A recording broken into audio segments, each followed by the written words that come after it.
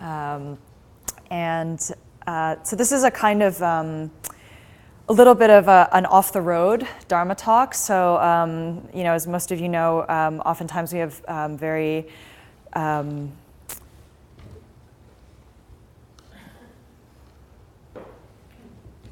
complicated technical procedures in class.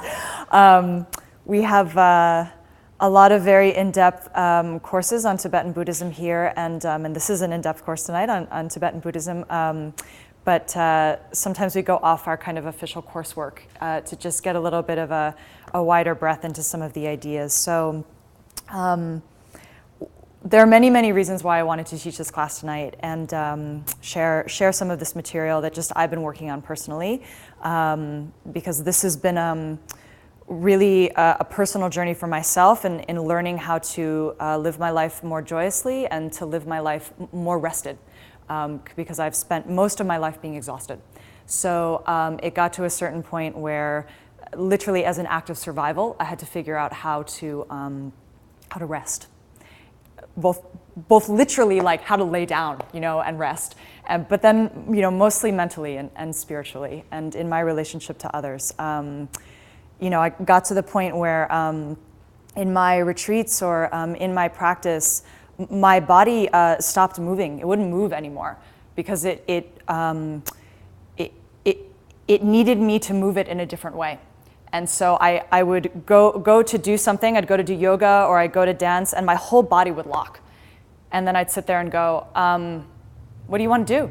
And my body would say, I want to move.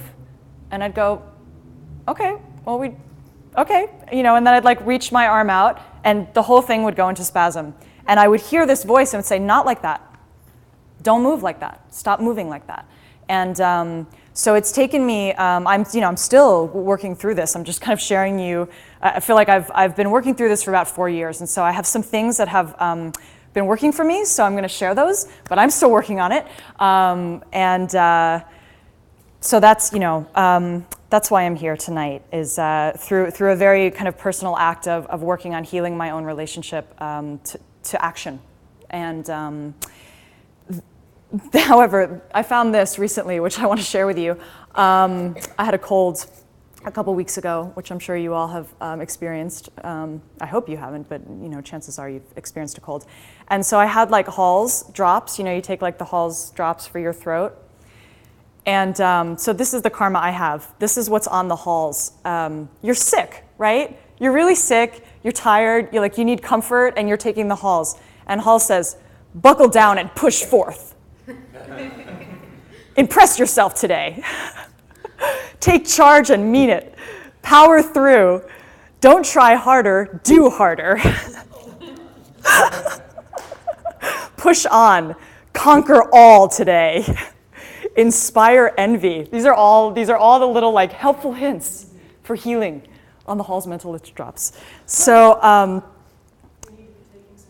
I need to be taking some different drops. Yeah. But then you get the yogi tea, and yogi tea says love, harmony. So I've got the yogi tea karma, but I also have the Hall's karma. And so it's this type of mind. This is our own mind that we're hearing. This is our relationship, right, to ourselves, is that we're hearing this mind that's push forth, buckle down, keep going, strive, and that's not a happy voice. It's not a kind voice that when, you have the flu and you feel like hell goes, push on. I'm sure they're trying to be inspiring, so, it's not inherently negative, just, when I read that, I was like, oh, okay, that's why I'm working on this class.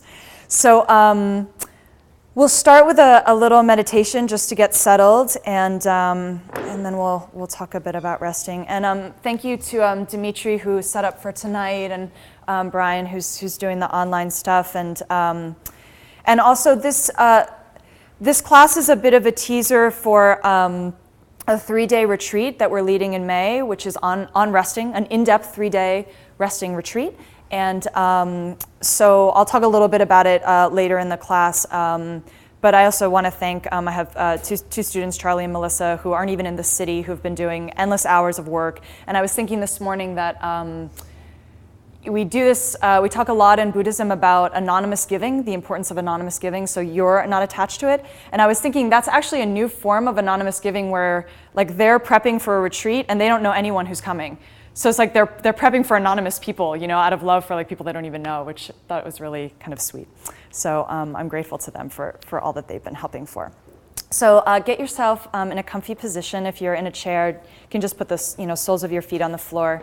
And you don't need to sit any special way. Just make sure your back is straight. And good to close your eyes. Let your hands be in a place where you can forget about them. And take a couple nice deep breaths. Try to go all the way to the end of the exhale. We usually don't do that. And then just let the inhale be given to you.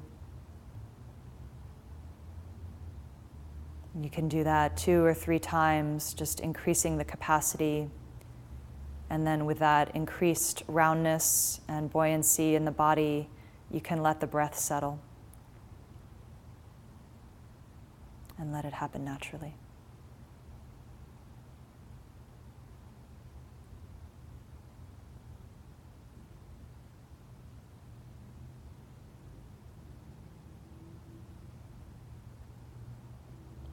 Our lives are so full of velocity that it takes us a little bit of time to arrive. We carry a whole trail of energy with us when we sit down. So in these first few moments, allow yourself to arrive.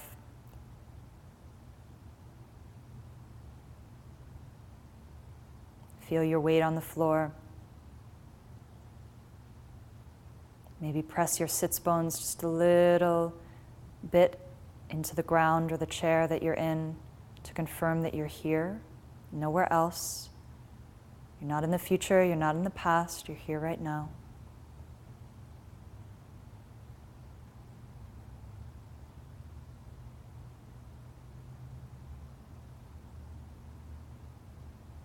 And then you can acknowledge the body by thinking that you have the power to move, but you are choosing not to exercise it right now. So you can acknowledge that sometimes it's challenging for the body to stay still, and thank it for staying still for you here for a bit of time, knowing that you can move if you wish, but you're making the choice to rest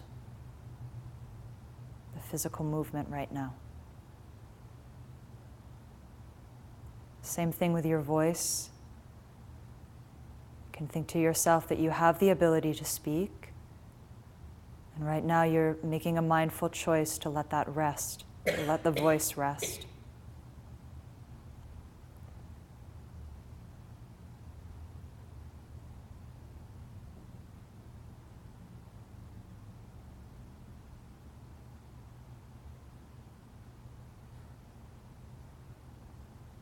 And then we'll try to do that with the mind too. So you know your mind has the ability to flit all over the place to hundreds and thousands of thoughts very quickly. See if you can exercise the ability now to let the mind rest in one thought, which will be the air moving in and out through the nostrils. It's helpful, I think, because it's hard to rest the mind. We don't know how to rest the mind.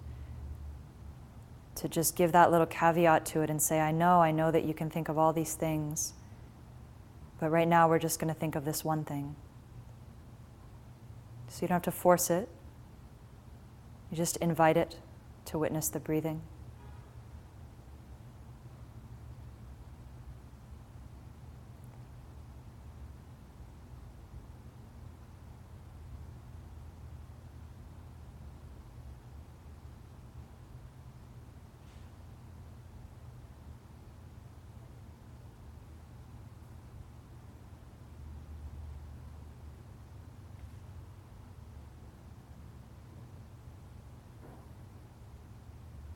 Every time the habit of busyness arrives in your mind, exercise compassion and offer it the opportunity to rest on one thing. It might not know how to take that opportunity, so you can be patient with it and just lovingly continue to offer it that invitation. One thing, the breath.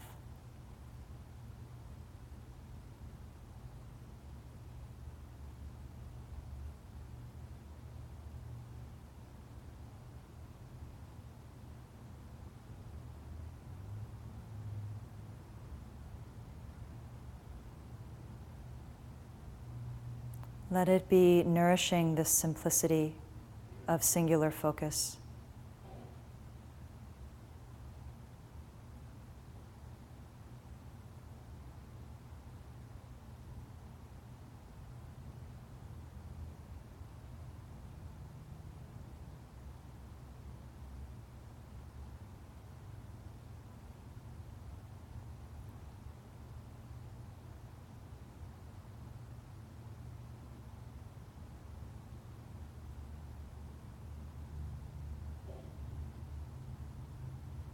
And we're going to track through and rest the senses. So starting with the eyes, the visionary sense, just send a little thought to rest the ocular muscles back deep into the cone of the eye socket.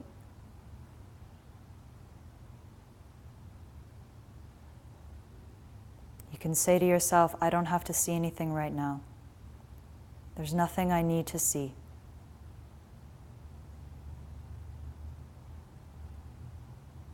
And feel as the eyes relax, the whole forehead, facial mask around the eyes, let go. And a relief of not needing to grasp out and get anything visually.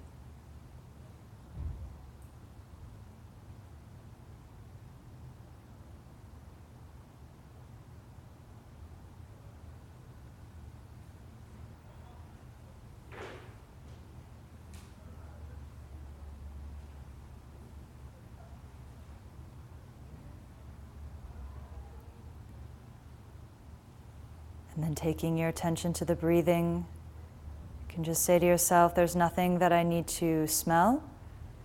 I don't need to smell anything.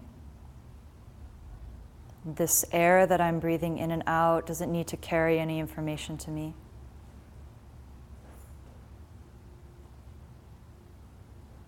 So feel the whole sinus cavity relax and rest from needing to get anything.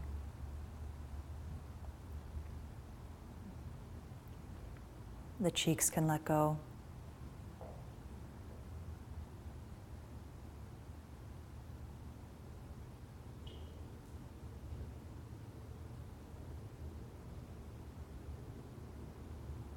And then taking the attention into the palate, you can think to yourself, there's nothing that I need to taste. I don't need to taste anything.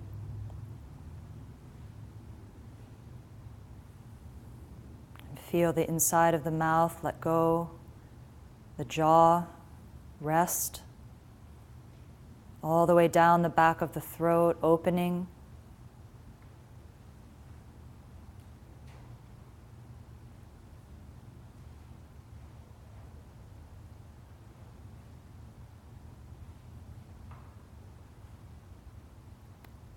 And then taking your attention to your oral space, the ears.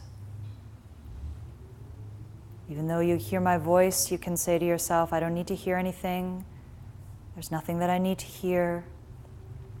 You don't have to reach out and grasp any sounds or try to get it or understand something right now. You just let the vibrations move through you easily. What needs to happen will happen without you needing to worry about it. So feel the ear canals rest.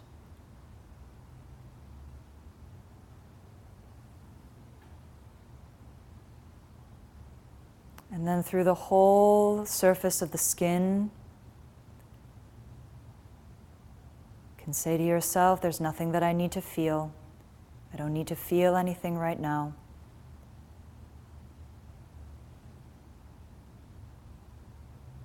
You can track that thought internally too, through the sense that you have inside the body, the internal sense of your body, the muscles, the bones, the organs, the blood, everything that you cognize being inside of you. You don't need to feel it.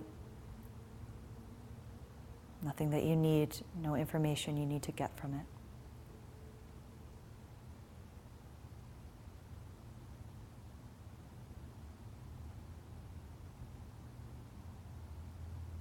So the whole form can rest and open.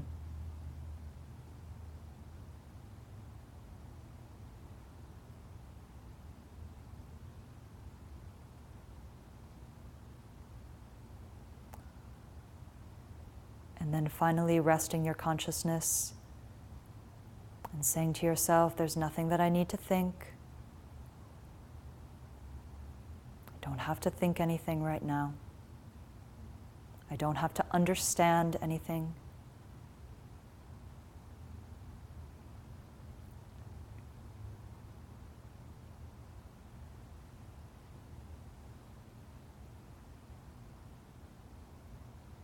You don't have to try to stop yourself from thinking. Just give your mind the invitation that it can rest. There's nothing it has to do. It will be thinking, but not out of a need to think.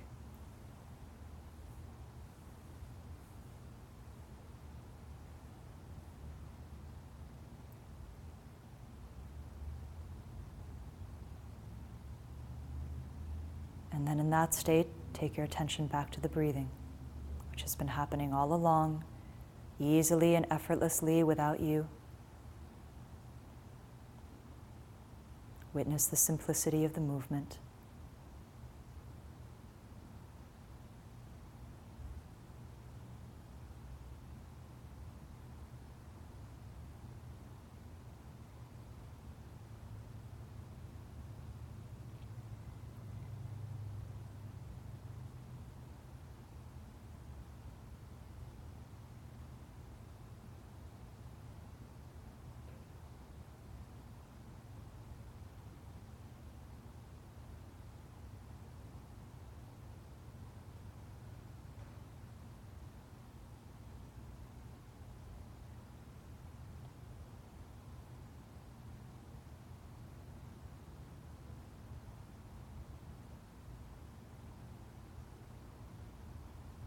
And then set your intention for hearing tonight, for listening, that you don't need to listen from any of those senses that we just rested, and you don't need to listen from the mind. And when all those things rest, you will naturally be able to hear in your heart. You don't need to force that to happen. It will spontaneously be the place that you resound from.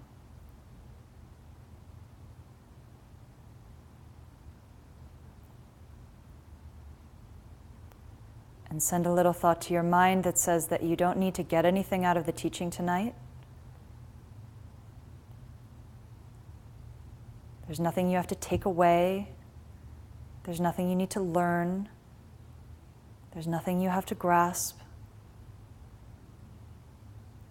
That for the next 2 hours, we're just going to be practice being together. Just a simple state of being together. The ease and pleasure of sharing our time with these beautiful thoughts from very amazing beings. And what a beautiful privilege that is. So it's just celebration and just play for the next 2 hours. There's no work involved. Be very clear with your heart about this.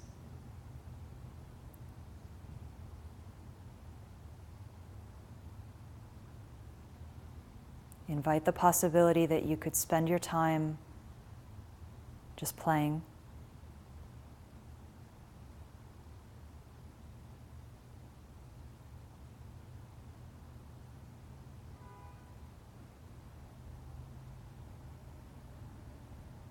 And then, with that intention, you can start to deepen your breath and come back into the room.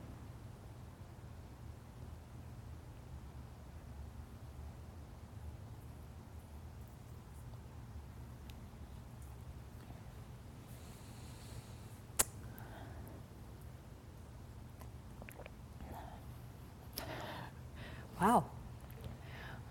Must have been a good meditation. We manifested like a whole group of people. Please come and have a seat.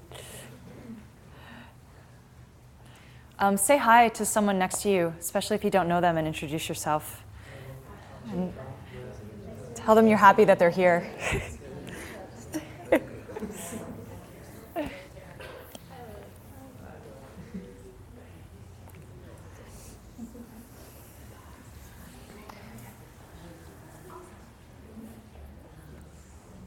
Does everybody have a reading? Everyone who came in late, raise your hand if you need a reading, and Dimitri will bring you a reading.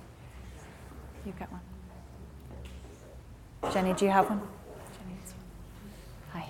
Do you need a reading? Yeah.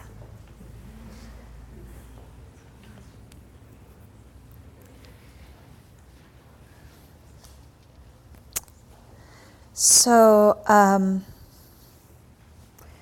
welcome to those of you who just arrived. And I don't know if you're going to be able to, might be okay if you don't see me, but I can't see you there, actually, if you don't mind shifting over one. Thanks. Okay. So in Buddhism, we do this thing called taking the goal as a path, which is one of the things that I love so much about Buddhism is that it's extremely practical. And so the idea is that if you want to realize something, a state of being or a certain experience, just practice being that thing. Don't worry about having to get to it, just practice doing it. So it's like so intensely compassionate, right? It's like instead of giving you a list of all the things you have to work at doing, and then when you've gotten good enough at working at these things, then you can do this thing, they just say, well, just start doing that thing. Okay, so this class is about this in the sense that an enlightened being, a realized being, a Buddha, which just means awakened, is resting, is in a state of profound rest. They are at peace. So if we want to become a Buddha, we can just start resting.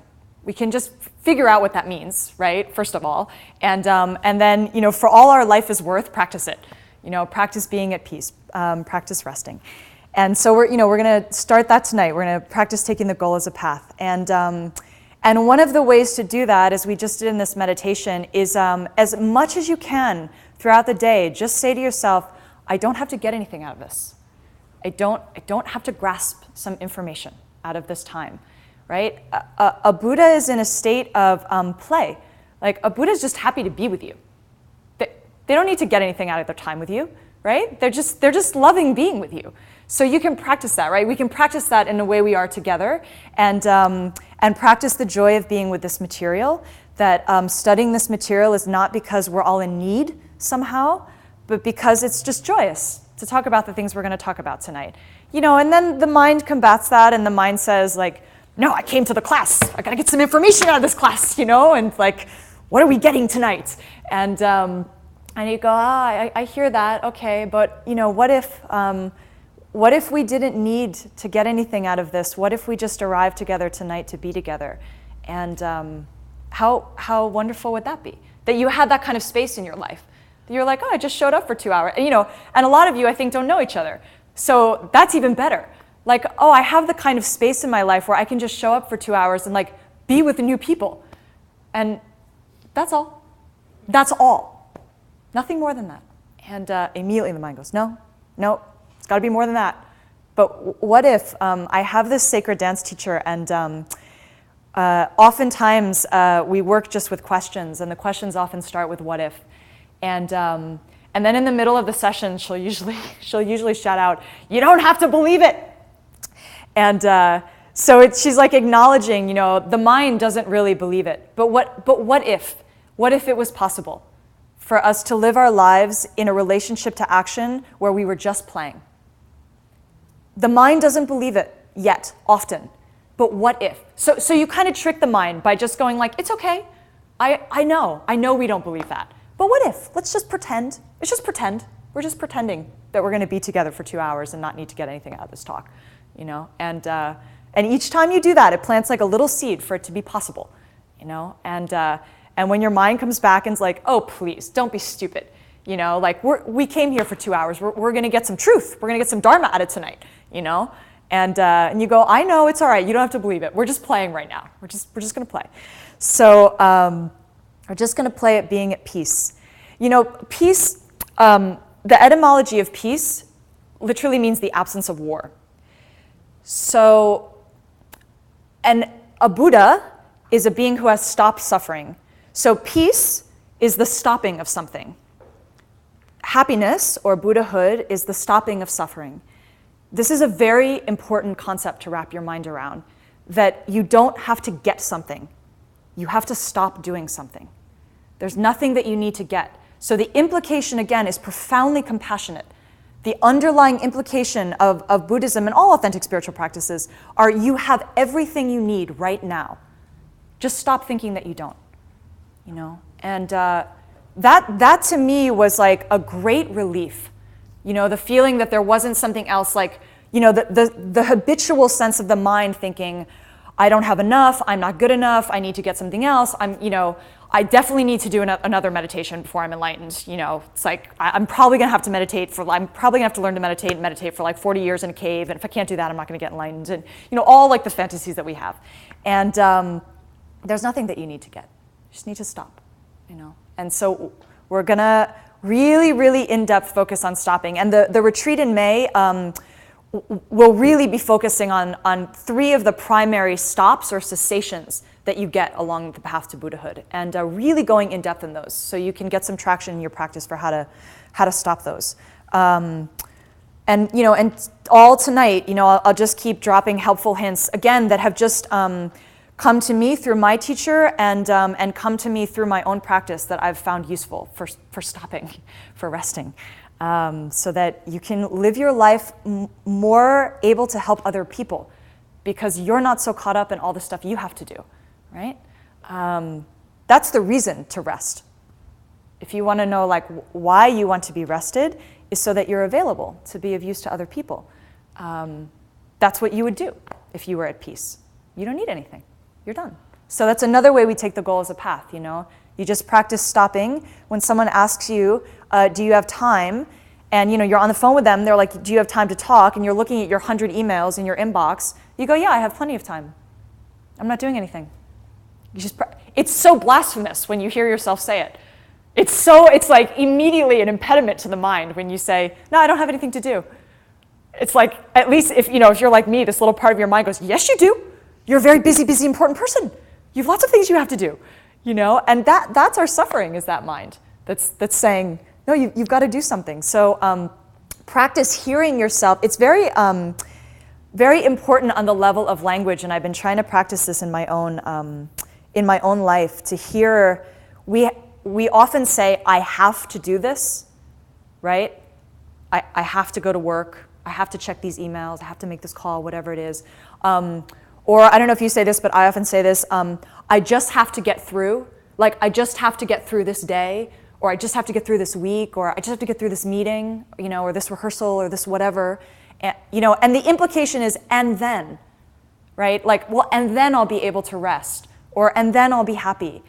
And that's how we perpetuate our pain. It's just constantly like, well, when I get through this, then I will grant myself the ability to rest, you know? It's like, you're not ready yet. You're not ready yet to rest. You're not ready yet to be happy. But when you finish this meeting, or when you get through this work, or when you get through this week, you know, then I think I will allow you a little bit of rest. That's not a kind mind. That's not compassion, the mind that's thinking that way. So I think we have to shift that a little bit. So I've been practicing saying, I'm not very good at it, but I find it very useful. I've been practicing saying, I am, to myself. You know, when I'm getting in the car to go to work, I say, I am getting in my car right now. I don't say, I have to get in my car right now. It's just actually what I'm doing. So just practice doing what you're doing. Just say, I am doing this right now. You know, I don't have to make the call. I don't have to check the emails, but it is what I'm doing. This is what I'm doing. And, you know, and don't hear yourself saying, I just have to get through this, because that's not a life you want to perpetuate. And again, when someone asks you if you need anything, or, you know, if you have time for them, you just say, I'm not doing anything. That's one from my teacher. That's worked very, very well. You know, he's just practice saying, I've got all the time in the world for you. And that will immediately throw an impediment up to the self that you think you have, which is very, very important to the spiritual practice. Your spiritual practice should scandalize you. It should be scandalizing the you that doesn't understand how to rest, the you that is perpetually busy, the you that constantly feels like you have to get something out of your life. And the root of scandal means to like it's to throw an impediment in front of, or like to throw a rock in front of you, basically. Like that's how to scandalize yourself. So your spiritual practice should be doing that. And I like the word scandal because it's like a little dirty, you know. So it's like your spiritual practice should like, you know, it should be like a little titillating to you, you know. And so you should constantly be scandalizing yourself. And if yourself isn't kind of screaming back, going, "What are you talking about? I got a lot of stuff to do today. Don't tell that person that you have all this time." Then you're not really making progress. Like you don't have your hand on the little wild animal in you that is biting you up, right? That is like eating your mind and wounding your mind over and over and over. You've got to get your hand on that animal, and that animal will struggle when you get your hand on it. And and then you've got to go shh, shh, shh, like that. These practices tonight are all about that. Like while the thing is biting you, and you're just like, shh, it's okay. It's okay, because that little wild animal, which is yourself, your current concept of yourself, is terrified. It's terrified to slow down. It doesn't know how to slow down. It thinks it has to keep doing things. And so when you insult it by saying, you don't have to do anything right now. And it's like, no, I've got to do stuff. So practice insulting that animal, practice scandalizing that animal, but compassionately, with compassionate words. I discovered this today about the word busy. I love etymologies of words. I find them infinitely fascinating and really, really useful to my practice and understanding of how to like awaken the language that I'm working with in my practice, because it's really easy. We get these teachings to just kind of go like, oh yeah, Buddha, I'm becoming Buddha, and it becomes this kind of flat thing. So the word busy comes from this old English root, which means to be anxious and occupied. So if you're busy, and that's pretty straightforward. When we're busy, we're anxious and occupied, right? And the word busyness is actually comes from Thoreau, which I didn't know, which I think is really interesting. And I have some Thoreau in here. That having gotten unbusy, Thoreau was able to look back and say, the society is full of busyness. We're just like doing all the time, occupied all the time and anxious and full of care. That's the other thing, like full of care, So that's not the way we want to live our lives. I mean, this is the other practical thing about having a spiritual practice, is you just start to go, what type of life do I want to live? Am I happy with the life I'm living? Am I happy? And is it possible to change? And it is, and you just get proactive about that. One of the forms of laziness in Buddhism is busyness. It's a form of laziness to just keep yourself busy all the time, because we're terrified of the space. We don't know what to do with the space, which is freedom. Just this week I experienced this. I had a big gig in New York, this big job for next fall. And I didn't want to. I wanted time. I wanted more space in my life. And but it was one of those things that I felt like I was supposed to want to do it. You know how you have those things in your life where it's like, well, I have this idea of who I am, and if I, this thing is attached to this idea of who I am, and it's supposed to be what I do, and it would be really stupid for me to say no to this thing. And so I'm watching myself like writing the long email of explanations, like a really overly verbose email, because I was so freaked out about like, letting go of this thing, about why I thought it wasn't a good idea for me to do this project. And it's like the moment I pressed send, I watched this thing where all that time went away. All those hours that I was expecting to spend on this project went away. There was this rush of space, and then I watched my body twitch to go, let me pick up the phone to call someone else to talk about another project. Like, what can I fill that space with? Because it was like this moment of terror, right? Like, oh, this little bit of myself was let go of who I thought I was. It was like it was renounced, it was let go, and then the terror sets in. And And we have to learn, again, how to, that's the animal, that's the little animal, the little wild animal, to get a hold of that and to sit with that fear and go, what is this? Why are we afraid of this space? What is that? And that's a whole part of the practice, is try to learn how to create space and then deal with your complete uncomfortableness of being in that space until you start to crave the space and love the space, and want it, and feel the freedom of it.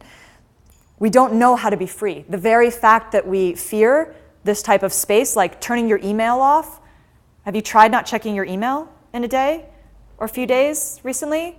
Like watching what the mind does? We don't know how to be free. It's not that the email is like not making you free. It's your relationship to the thing. It's your relationship to it. The thing itself is not the problem.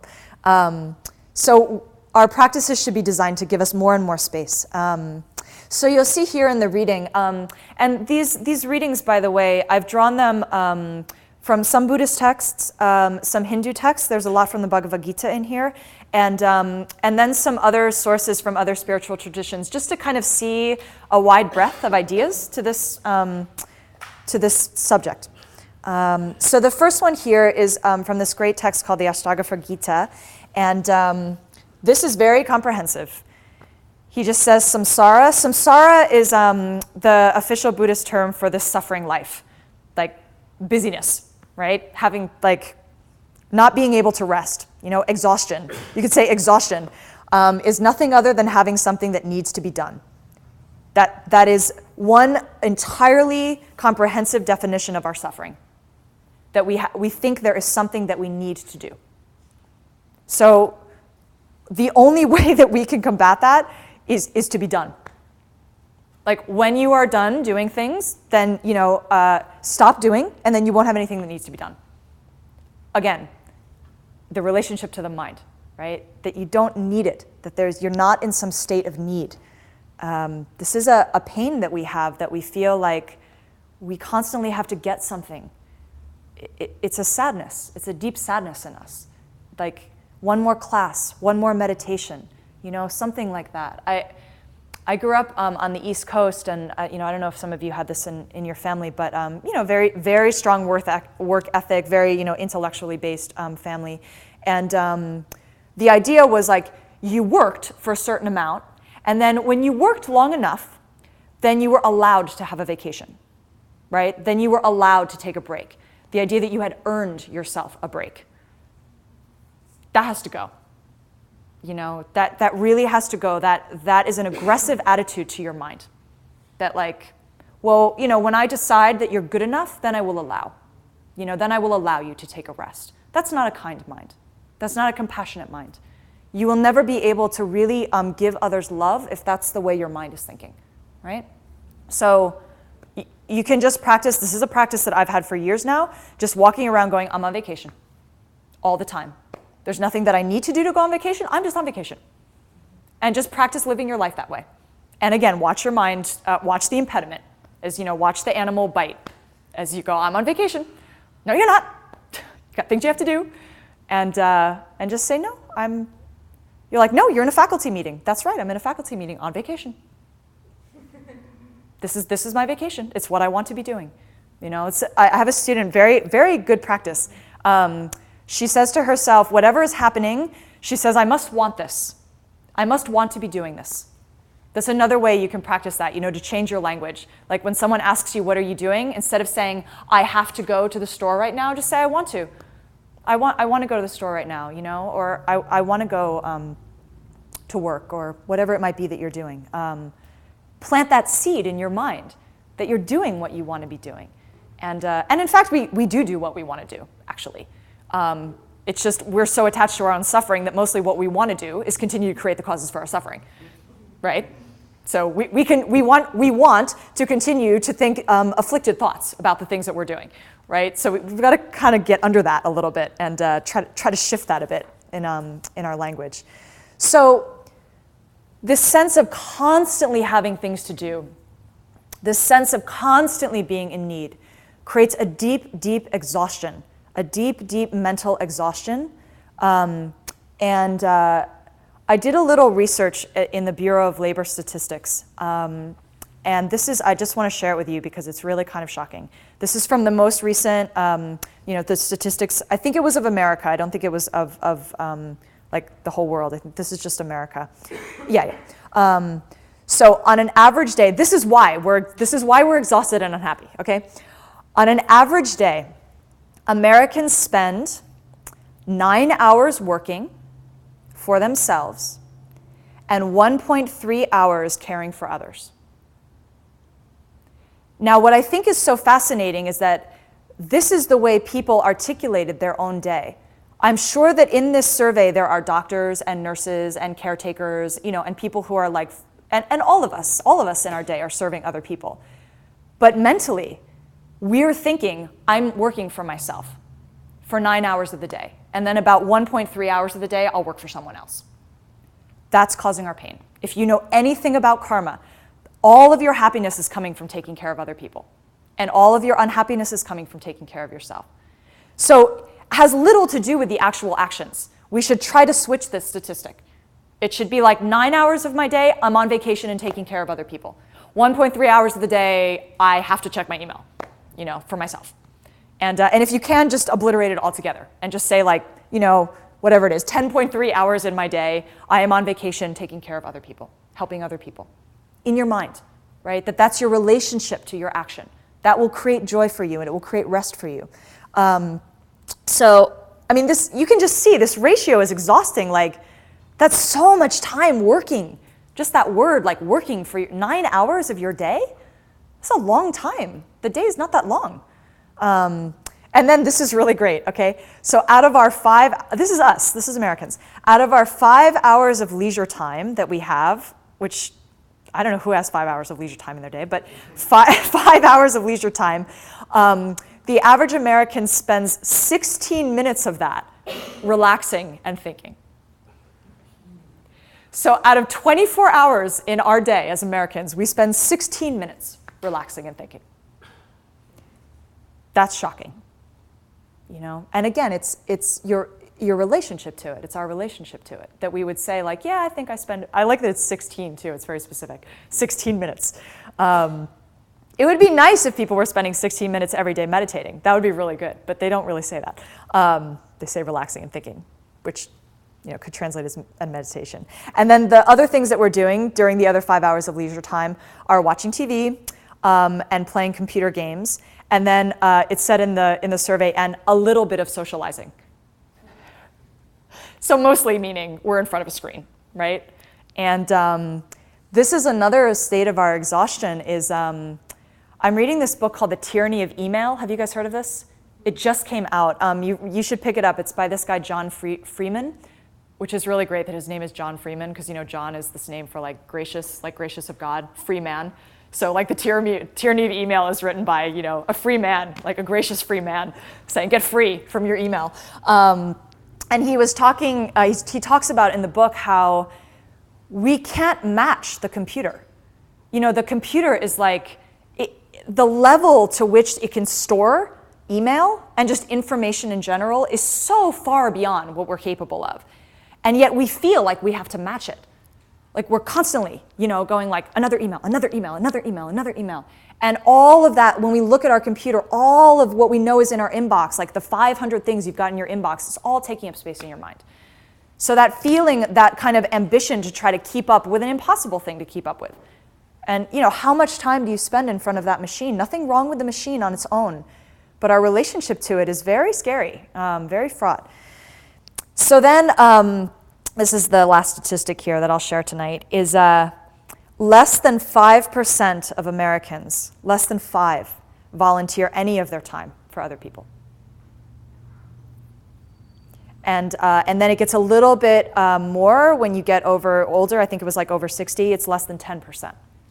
Still, less than 10% of Americans are volunteering their time. Again, this is why we are so exhausted and unhappy.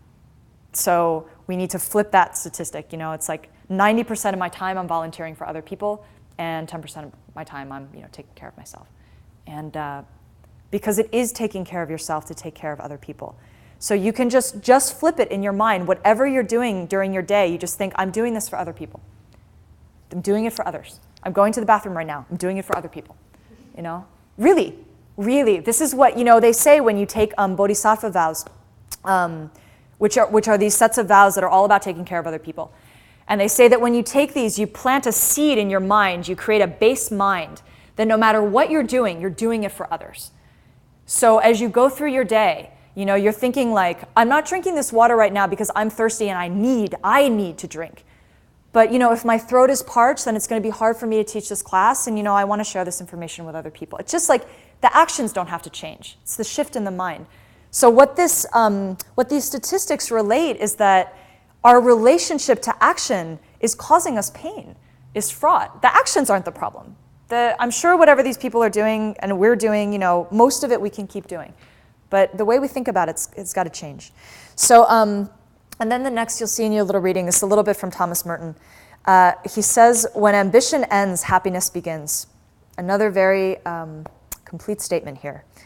So, again, this idea of cessation. Ambition comes from a Latin word which means to go around and around. And if you know anything about Tibetan Buddhism, we have this idea of the wheel of samsara, like the cycle of suffering that we're in. So ambition means that. Ambition means you're in a cycle that just goes around and around and around, where you need to get something, and because there's a you that needs to get something, there's always going to be a next you that needs to get something. You never get enough. If you need something in order to be happy, you'll always need something in order to be happy. Because by definition, you need something to be happy. I don't know if you've noticed this in your life, and we're so dense about it. It's like we just keep clicking over and over, like, no, I think if I get that next relationship, this time it will work. Well, this piece of chocolate, I'll definitely stop after that. That'll be enough. It's like one more piece of pie and then I'll be happy. Just $1,000 more in my paycheck and then it'll all work out. And we're all doing this, on very subtle and massive levels in our life. And that ambition just continues. So the opposite of that, right? The opposite of ambition would be accomplishment. And accomplishment means that you are complete, you are done, you are whole, which means to be healed, right? Like you're complete, you have everything you need. So you can practice accomplishment. You just practice saying, I'm done, I don't need anything. An enlightened being is totally complete. We say perfect, right? A perfection. Perfection means complete. Same accomplishment is the same thing. You say, I'm accomplished, and don't need anything. If you are in the ambitious state of mind, so there's the need part of the ambition, like I need to get this, but then the other side of that is I have to prove something, right? Like I want to show someone something. And again, this is a state of deep pain to ourselves most of the time. Like, what are you trying to prove to yourself? Like, it's at a very, very subtle level, and then of course it grows out. Like you just watch, it's like, well, the proving means I have to get something out of this action. So it's like, if I turn over in bed at night, then I'm going to get more comfortable. Like I'm going to prove to myself that I can make myself more comfortable. It's like, it's in the very most subtle ways that we like shift our body even, this idea. So we have to work at a very root level with our relationship to action. To be beyond the ambition. I think a spiritual practitioner, a really serious spiritual practitioner, is beyond that. Like they're not trying to reach the goal so they can prove that they reached the goal. Like there's a part of your mind, the self that you're grasping to wants you to become a Buddha. It wants to witness you becoming a Buddha. But you won't be there when you become enlightened. You can't, as Chogyam Trungpa Rinpoche says, you can't witness your own death. Right? You won't be there. So you'll never be able to prove to yourself that you're able to get enlightened. So relax. You don't you're not going to be there. You're not going to be able to see it. So you can let that ambition go and just be accomplished and just say like, I'm done. I'm done already. Like I'm not going to get it. And I think, beings that have this idea of bodhicitta, this kind of this spiritual obsession with becoming enlightened, this intense compassion, they're beyond that ambition. It's like, it's not important what other people think at a certain point anymore. It's not even important what your own mind thinks. You know, you will do what you need to do to get enlightened. And what you need to do is to like be done, is to try to take the goal as a path and say, I'm resting now. You know, to get desperate. There's a level of desperation that you need to change your life. And so you get really, really desperate about being rested. I'm desperately resting. Like, I am desperately being done with that kind of holisticness that you have when you're desperate, right? Like, no matter what, you will get what you need to get. So practice that. And what you're desperately trying to get is that you don't need to get anything.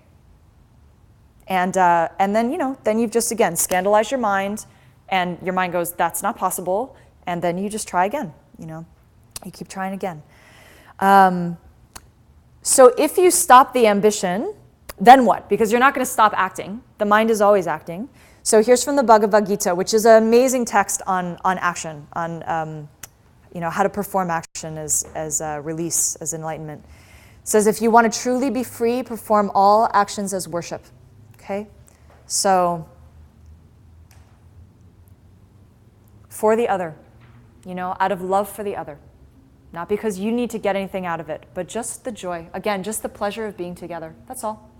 Nothing needing to get. The what, the action itself is not important. It's the how. The what doesn't need to change, but the how has to shift. So the what of the action can stay the same, but the how needs to not be ambitious. It needs to be one of worship. That will bring you a sense of resting. Okay? So learning how to lift up or how to venerate the others around you. And immediately the mind has a problem with worship, because worship means, I mean, even that word, like my own mind's like, don't even talk about this. Like right now I can hear it. It's like, no, it's problematic. Because worship means you're putting someone else higher than you.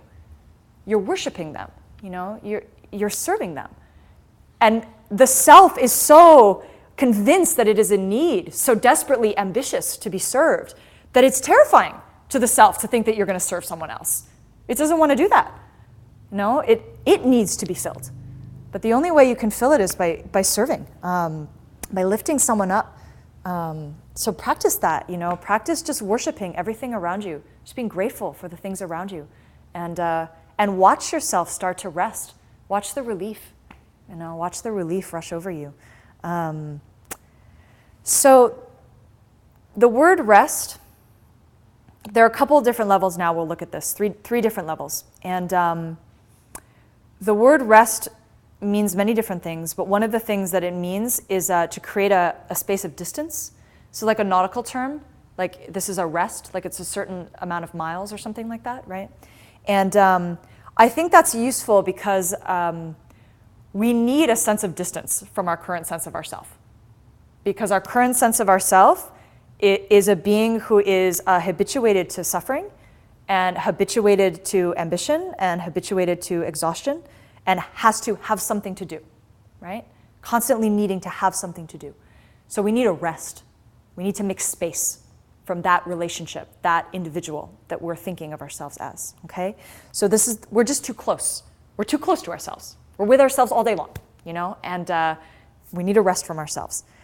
This is partially what you do when you sit down in meditation. You know, you try to take a rest from yourself, from the self, the life that you've built around you. You got to get lost. You got to get lost a little bit.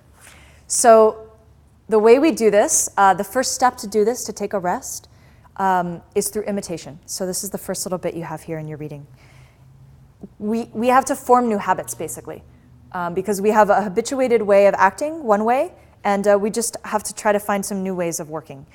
And it would be good to, there's afflicted imitation, and then there's enlightened imitation, okay? So afflicted imitation is the fact that most of the time we're imitating ourselves. We're imitating who we think we are all the time, basically, right? Like I just experienced this week with giving this job away, like, oh, you know, I am, you know, a choreographer, I am this, and so I'm supposed to do these things. These are the actions that I do as this being, and we're constantly imitating the beings that we've kind of said we are. And we perpetuate ourselves in those roles over and over and over. So the enlightened's way of imitating would to be find a different role model. You know, if you are unhappy, if you are tired, if you are whatever your affliction is, angry, you know, find a role model of someone who is not that, and then imitate them. Do what they're doing. Try to figure out what it is that they're doing and do it. And this is in our tradition. This is what we call guru yoga. This is what we call taking a teacher. Okay. Here I've put the first stanza from what's called the Source of All My Good, which is a lam rim. It's the first stanza of an entire text on how to get enlightened, basically, the steps to enlightenment, okay? And this is by Jason Kappa, who's sitting above me here, who's the founder of our lineage. And so here he starts. You can't become an enlightened being until you see an enlightened being. It's just practical. It's the way it works. You can't become something that you haven't seen outside yourself first, and you can't see anything outside of you that you don't have inside you first, because things are reflective. So if you want to become a happy, rested, joyous being who's on vacation all the time, you have to conceive of someone like that outside of yourself, to see, to go, oh, that's possible. You know, what are they doing? So he says, the source of all my good,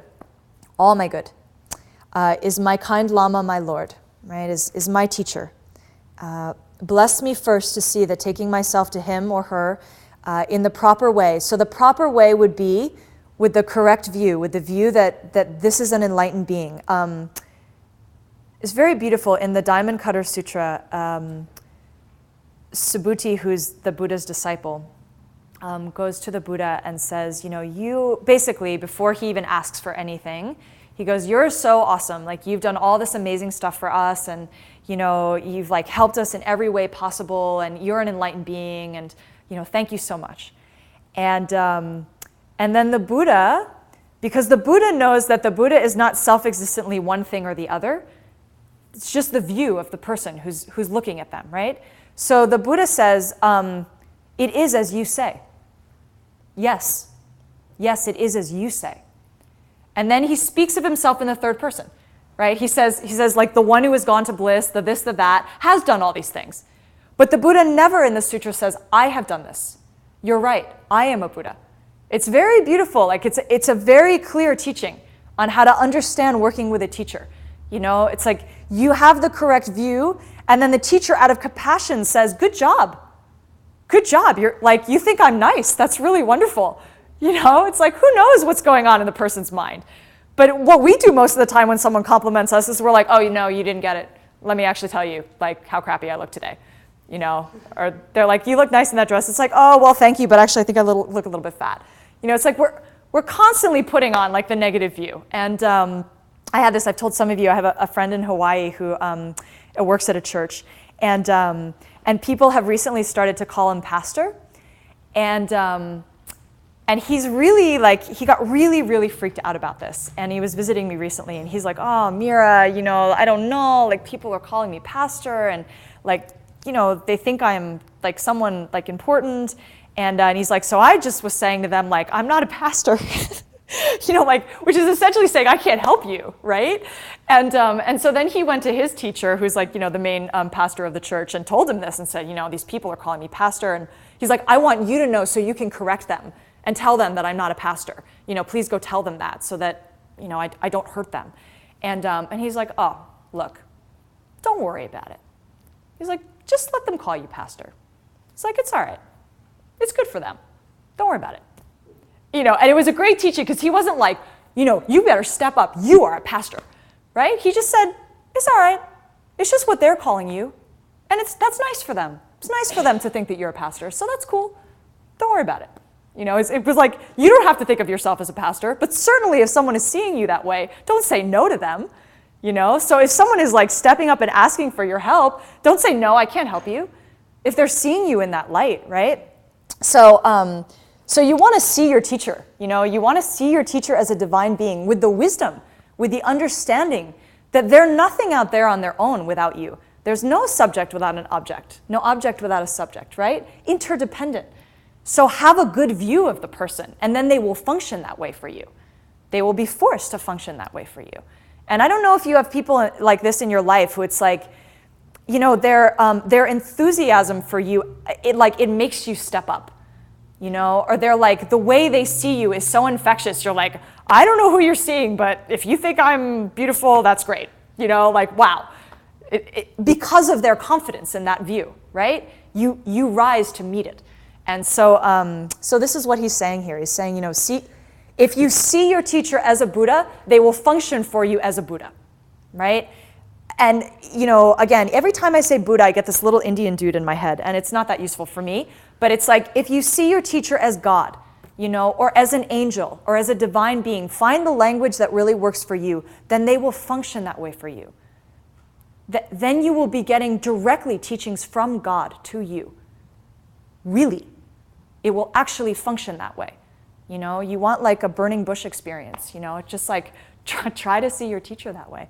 So he's saying, bless me, like bless me to be able to see you that way. This is the very root of the path. You know, without that vision, I can't go anywhere. I'm not going to be able to change unless I have something to imitate that is different than my current habitual way of being in myself, okay? So this is the very root of the path. And then grant me, please help me to serve and follow this vision, right, with all of my strength and reverence. So, you know, help me to see a being who is rested, you know, in this, you know, relationship to this particular teaching. Like, help me to see a being who's like, they don't have anything to do. They have boundless energy. They're totally happy to do whatever. They're never tired. And then let me serve that vision. Like, let me step up and actually try to meet that somehow. I had my teacher, you know, as many other people in this room have this, we share this teacher. And he often says, in my copious spare time. And for many years in my, you know, ignorant kind of afflicted view, my lack of realizing this stanza, you know, I would think he was being facetious. Like I would be facetious because I'm so busy. You know, if someone asks me like, oh, and can you read this book? I'd say, oh yeah, in my copious spare time. Sure. You know, like in my copious spare time, you know, I'll answer your 17 questions that you just emailed me, you know, and then, you know, one day he said it to me, it dawned on me, he literally has copious spare time because he's a Buddha, you know? So when he says like, you know, I email him all these questions and he goes, yeah, I'll get to this in my copious spare time. He means it, you know? And it was really amazing to watch this happen. You know, so it was a proof of emptiness, or what we call interdependence, right? The fact that it's not coming this way, but it's coming this way.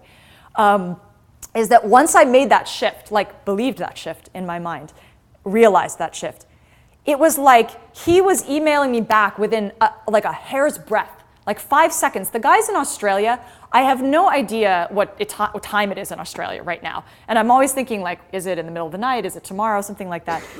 But you know, I'll send him an email at any time during the day and he gets back to me like, it's within a minute. He couldn't even type that fast, like the answers that he's sending. So I'm going, okay, in his copious spare time, you know? And it could function that way. You know, if you have the right vision, it will start to function for you. So this is another way to say this, and this is Leonard Cohen, and I had to put it in because I love it so much. So this is called the sweetest song. So you go your way, I'll go your way too. That's the definition of guru yoga. That's the definition of taking a lama or, you know, having a teacher, is just say, whatever way you go, I'll just go that way too. Which is immediately restful. It means I don't have any way I have to go anymore. There's nothing I have to do anymore. You just tell me what to do, and I'll do it. And we ask this, we like, you know, in these ceremonies, we beg this from our lama. It's like, you know, please tell me what to do. You know, and then immediately they tell us what to do. We go, no, I don't feel like doing that. I got some things to do before I do that. You know, it's like, please help me, you know, please help me. And they go, okay, well, you know, do this. And it's like, well, I'll get to that after I check my email. And we don't get it, you know? That's like, so then right away, we're back on ourselves, you know, we're back on our suffering selves. So to the best of your ability, and you can try this all day long with the people around you, you know, just follow them, you know? I have a beautiful colleague at UCSB who's like this. His name is Christopher. And I watch him, and he just, no matter what anyone asks him in the moment, he goes, okay. Like, you know, he could be in the middle of something and I'd say, oh, Christopher, do you want to go for lunch? Oh, okay. And, you know, or like, oh, Christopher, can you know, solve this for me? Yeah, okay. For everyone, he just does that. And he's so light. It's so easy. And he's not scattered. You know, like the afflicted way to look at that would to think of being like that is scattered, like they can't keep their mind on something. But actually, he's just serving what is coming up in the moment. It's like, oh, you need me to do this right now? Great, no problem. I'll go your way too. Then I don't have to worry about what I have to do. Whatever you need. What do you need, right? I'm free. I'm on vacation. I don't have anything to do. I'm on vacation. And watch your mind go, no, you're not. You've lots and lots of things to do. You know, you have your way to go, and you'll go their way later when you've made time for them, you know, after you've done the things you need to do. And that mind is not helping you. It's not helping you. So, so we need to practice this imitation. We learn all things through imitation. There's nothing that you can do before that. You know, if you watch children grow up, you know, if any of you have children, it's like, that's it. They do what you do, right? And we do the things that we see the people around us do, and they do the things we do.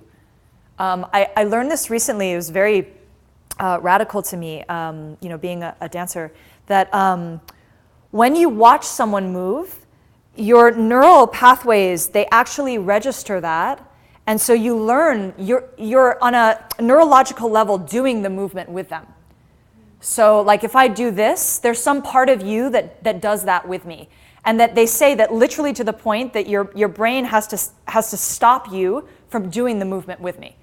Like there's actually like a form, something in your body that is resisting the movement. It's very powerful, right? So if you think about that, like the quality, everything matters. You know, how you shift your weight, how you breathe, how you're thinking, you know, what you say. Everyone else is imitating it. Not on a conscious level, but they're imitating it.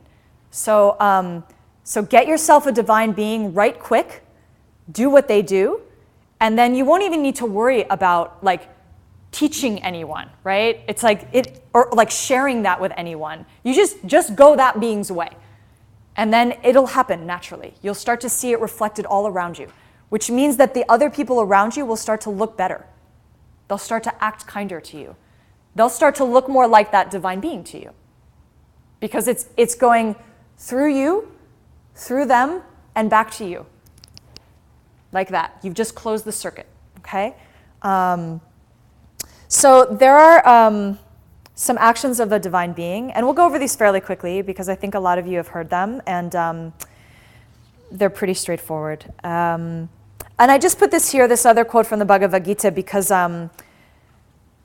when we say resting, when we think about resting, if it just meant stop doing everything, it would be that would be nice.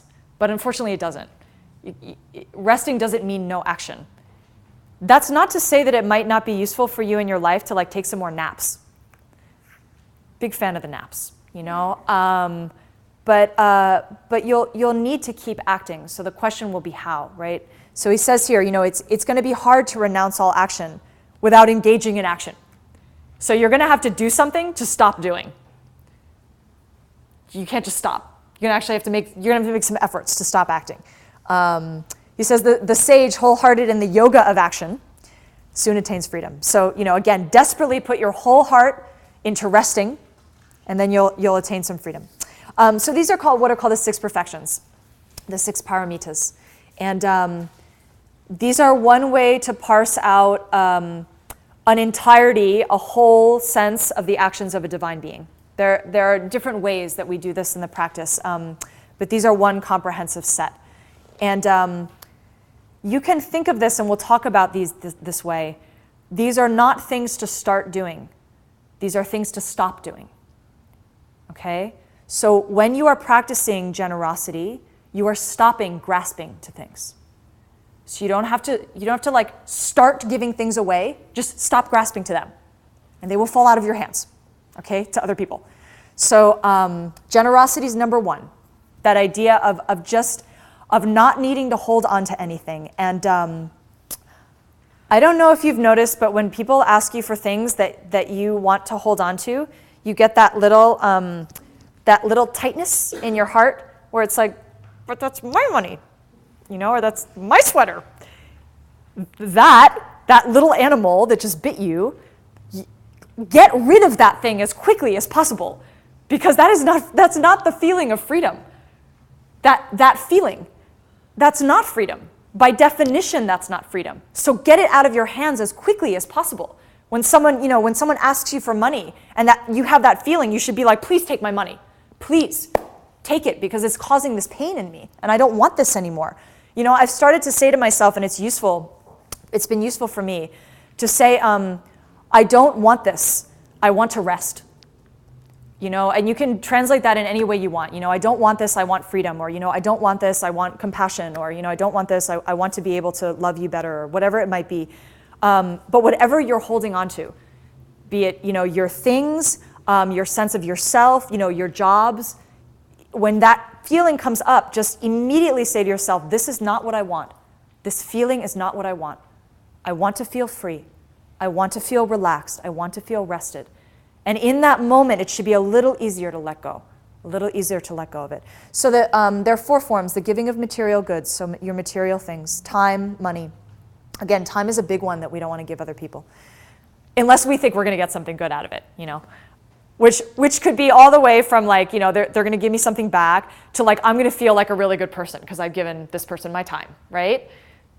We shouldn't need that either. We shouldn't need to prove to ourselves that we're a compassionate person. And then protection from fear, which is letting go of judging other people, is the root of that. So that they don't feel that you're going to put yourself over them, but that they feel that you're in a state of equanimity with them, that you're placing yourself. It's not about like, so you just start like wounding yourself and let everyone tread all over you. Just try to equalize your interests with other people. Then no fear. The giving of dharma, so you can let go of your grasping to needing to like know the truth. Like having some sense like, well, I went to the resting class and I have these teachings, and like I'll tell you a little bit about it, but I'm going to keep some of it for myself.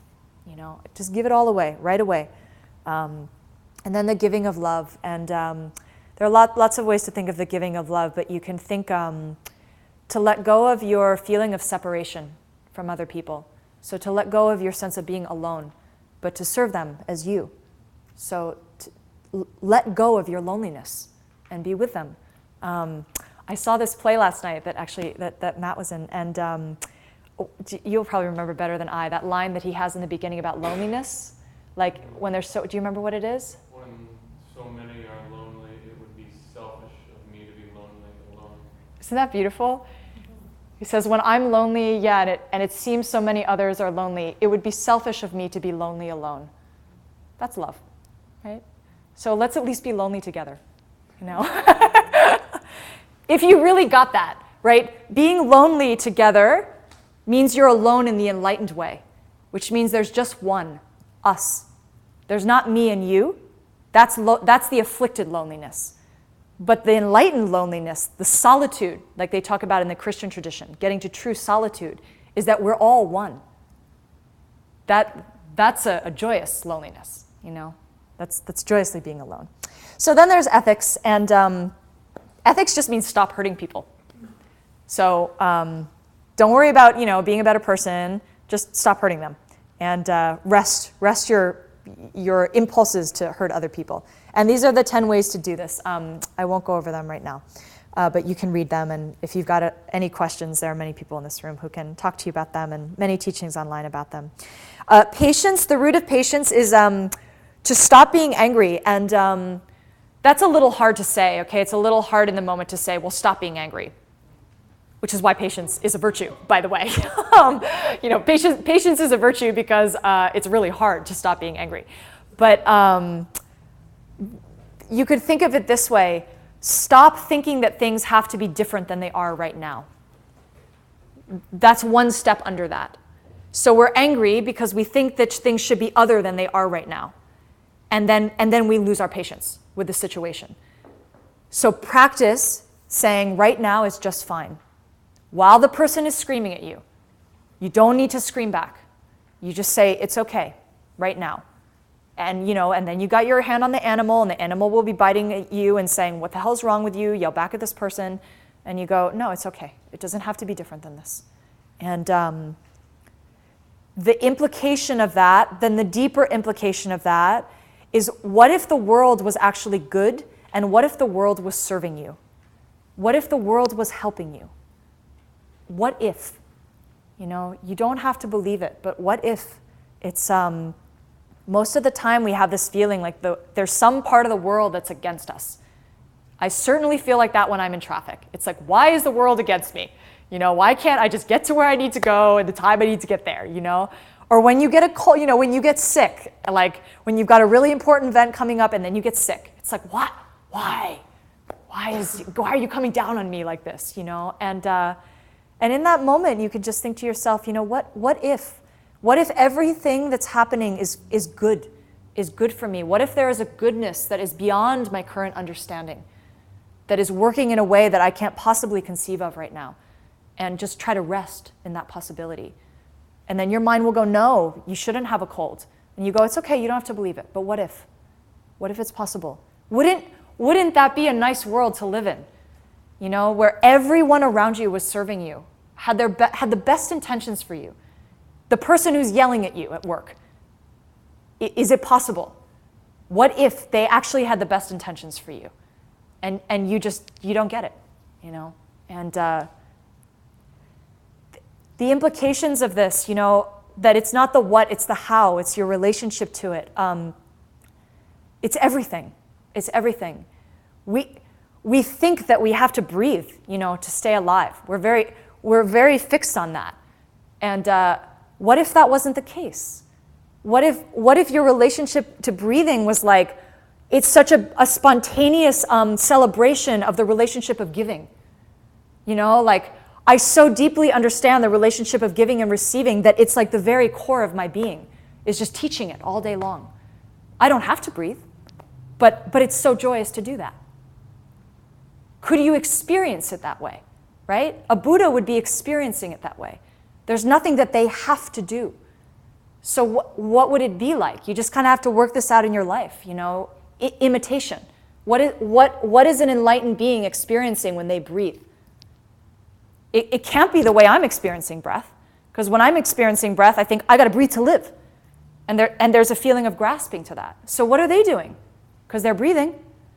You know, if you have a teacher and you're working with a teacher, chances are you're watching them breathe. So what are they doing? What are they teaching you? You know, so would it be possible to experience your life like that? So patience, joyful effort, and joyful effort is just what we've been talking about. So you can stop thinking that there are things you have to do. And the definition of joyful effort is that it's joy in doing good. So you just get really happy about doing actions for your own happiness. You go on vacation. And then meditation. So you stop moving, you stop speaking, and then in time you stop thinking. I was just in Thailand, and I had a friend who set up this session with me with these monks in the King's Temple. It was a very special event, and you know, they didn't speak English very well, and they were extremely strict. And they were like, you know, we have our way of bowing in our tradition, and they were like, no, you know, don't bow this way. You know, they were teaching me this whole other way, and which was much more kind of stripped down and simple. And then they wanted me to sit in full lotus, and like, I had just gotten done performing on concrete and my knees were really hurting, and I was like, I don't think I'm gonna sit in full lotus. And he was like, no, just, you know, and he's like, now you do it. And I was like, no, it's a little painful. And he was like, no. And this went back and forth like 10 times until finally he was like, okay. He was like, I'm sorry that you're not gonna be able to meditate with me very well now, but you know, let's continue. Anyway, so we sat together, and the whole teaching was this. He goes, in his broken English, which was perfect, he said, sit still. Think Buddha. No movement. Happy.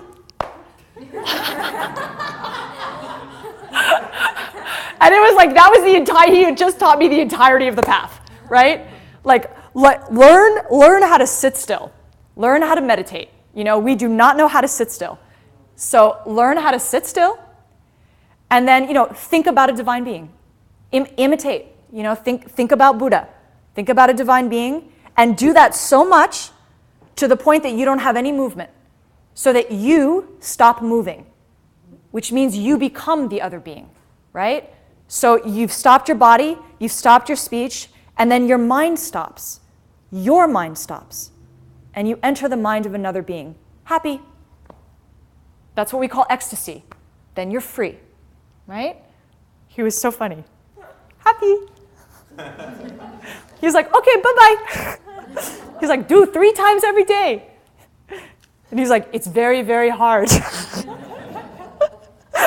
like, must practice. I was like, I know. I'll do my best. And then I went to go start bowing again. He was like, no, no, no. He goes, so funny. He's like, enough. He's like, just this one. We have a very Baroque way of bowing in our tradition. He goes, just like this, enough. The implication was like, if you could really get this, it would be enough. He's like, because what you're doing, he's like, your mind isn't even in the right place. He's like, so if you get this, you're good. It's very sweet. And then wisdom. So meditation, so sitting still, and then wisdom. And wisdom is the ultimate rest. So wisdom is the space where you rest the idea that there is a separate sense of yourself. So you let go of your loneliness, you let go of your separation. And you realize your interconnectedness with other beings. And happy. Then you become happy, right? Because you're not alone. If it's just us, there's just so much. There's just so much. It's too much to deal with. And thankfully, it doesn't actually exist that way. We exist interconnectedly. And since it's interconnectedly, there's just one. It's just us. It's just all us. It's not me and you. So again, you practice being happy, being with other people, which is being with yourself. In the Bhagavad Gita here, it says, on this path, no effort is wasted. No gain is ever reversed, and even a little of this practice will shelter you from great sorrow. So if you practice these 6 actions and you practice them well, you don't have to worry about what you're doing. You can just trust that things are going well. Doubt is one of our biggest obstacles, and one of the things we'll talk about in depth at the retreat is how to get the cessation of doubt. And it's another form of laziness, actually, in the Tibetan Buddhist tradition. It's self-doubt, the idea that we can't do it, and we don't really know what we're doing, and it would probably be better if we went to a different class tonight, and maybe it would be better if we went out to dinner instead of come to this, or we watched TV instead. And it's just a constant we don't trust ourselves. I learned this as I was trying to heal my relationship to my body, that it was like I didn't trust my body. I didn't trust that my body could move on its own without me dogmatically, aggressively telling it what it had to do all the time. You better move this way now. And we want to be able to trust our impulses. We don't have to doubt ourselves all the time. So do these actions, and then you won't have to doubt yourself, right? You can rest. Just a little bit about how to do the actions. I won't go through all these here, but basically the idea is that you don't need to worry about getting something out of it, okay? You just do action for action's sake.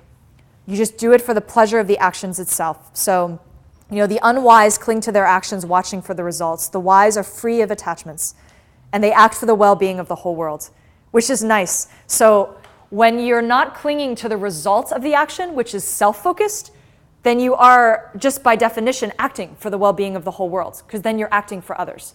So if you're acting to try to get the results, you're acting for yourself. But if you don't need a result, then you're free to act for others. So again, and it's a relief to think I don't need to get anything back from this.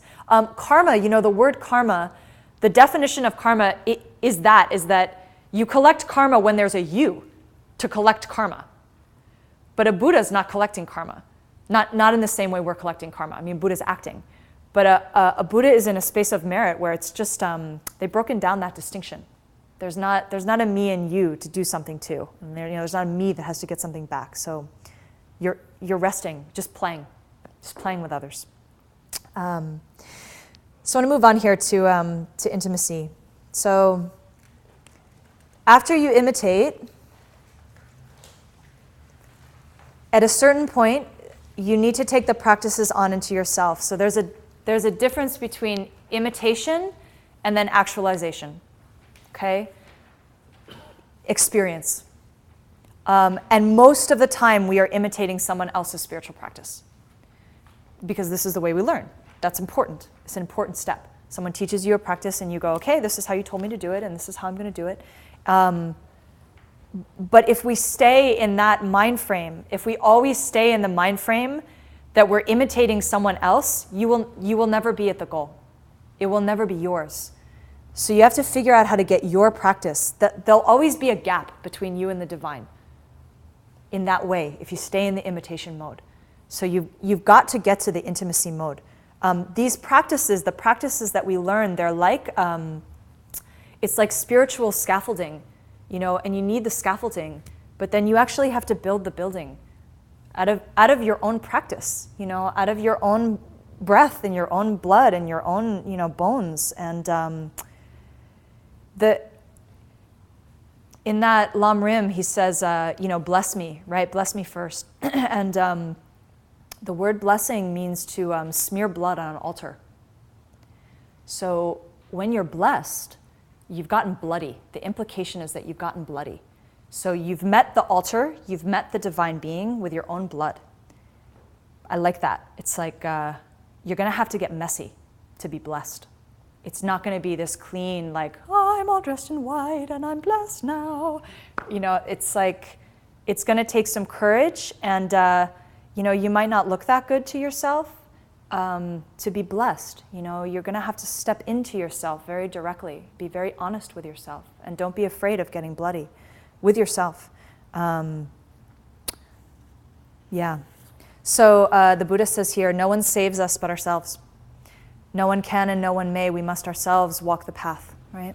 So the Buddha's all up on this. Like, here's all these teachings. You're going to have to do it yourself. I did it myself, and you're going to have to do it yourself. And, these are just directions on the roadmap, but you have to actually take the journey. It's not like you get the map of England and you go, I've been to England. I'm in England right now. Look, I'm in England, walking.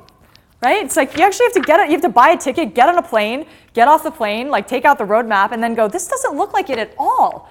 This is not what it looks like on the map. There's going to be a gap. It's the same way when between the imitation and the intimacy, like when you take vows, they're like, an enlightened being looks at you and says, this is how I see you. Like, here's a portrait of you, right? These things we just went over, the 6 perfections, right? Like the 10 misdeeds. Here's a portrait of you, and you look at that and you go, that doesn't look like me at all. But I'll try in time to match up my image with that, So the imitation is the image, but then you have to match yourself to that image. You have to meet it and acknowledge the fact that there at first is a separation between you and that image. So we have to do it ourselves, we have to walk the path ourselves, personalize them. Meister Eckhart, this is so brilliant. Man's best chance of finding God is to look in the place where he left him, which means yourself, right? So if you are not thinking of yourself as connected to God, as divine, then that's where you've left God. So go to you, and then you'll find him. You'll find God in yourself. We by definition, if you're suffering, then by definition you're not divine, because a divine being is not suffering. So he's like, try to figure out where you left him. You left him somehow in your relationship to yourself. You thought that you were separate from the divine. You thought you were separate somehow, and you're not. We're interconnected. This is Rilke. For there's a limit to gazing, and the gazed-at world wants to blossom in love. So beautiful. The work of vision is done. Now do heart work on the forms in you that you've caught, since you've overpowered them but still don't know them. So this idea that we have enough, we have plenty of concepts that we've caught, and in order for them to blossom into love, we're going to have to do some heart work on them. We're going to have to bloody them, right? We're going to have to figure out what they mean to us, which means that we have to allow them to change for us. So we have the idea that the world is one way, and we have to open the possibility that it could be different. We have the idea that we are one way, suffering, tired, whatever it might be. You're going to have to open the heart work possibility that you could change. It's hard, actually, to open the possibility that you could shift in any kind of fundamental or radical way, because we're so convinced that there's some part of us that is solid and formed and fixed and is going to stay the same. So to try to open that space, to be able to have those eyes for other people, to be able to look at them and to think that they could change for you in front of you, that they're not fixed the way you see them. The people in your life that you see who are in pain, who are suffering, who are angry, to not look at them with eyes that are grasping them in that way, but with eyes that are doing heart work on them, who are saying, I don't know, what if you could be different? This is the way you're appearing to me right now, but it's possible. He says you've caught them, we catch them and we hold them. It's this idea too of being like inner formed, information. So we've taken in plenty of information, but we actually have to be inner formed by it. We have to think about that, what that's done. It's the difference too, I teach dance in addition to Dharma, and oftentimes I see young dancers, you teach them the choreography and they mistake that for being the dance. That's not the dance. The dance is something else, So there's the imitation, there's the choreography, there's the actions, but the dance itself has to come from you, or like actors, it's like you look at a play, a lot of young actors learn the lines and somehow think they have the play. They've done it somehow, right? Something else has to occur, something else, some alchemy has to happen between the form and then in a way we say the emptiness of the form, like the possibility to meet it, to become it, okay? Here's T.S. Eliot talking about this same thing. We've had the experience but missed the meaning. An approach to the meaning restores the experience in a different form. So we just talked about that. I do want to say a bit about this. This is the Bhagavad Gita. It's better to do your own duty badly than to perfectly do another's. You are safe from harm when you do what you should be doing. This, I read this verse, I think, when I was like about 20 or 21, and I still have my same copy of the Bhagavad Gita. And out of the whole book, this is what I underlined. For some, because I was like, what does that mean? What does that mean to do? It's better to do my own duty badly. It's like, well, I don't want to do any duty badly, let alone my own duty badly, And so I've been thinking about this for a long time, and I don't have, here's some thoughts. First of all, what is our duty? Most of us don't even know what our duty is. We don't really know what it is that we should be doing through the day. And this is part of the reason why the first stage of imitation is so important. I saw a Sufi mystic recently, this woman, and she was, someone had asked her to tell her about a teacher. And she said this very beautiful thing. That's all she said. She said, my teacher taught me that my life was for one thing.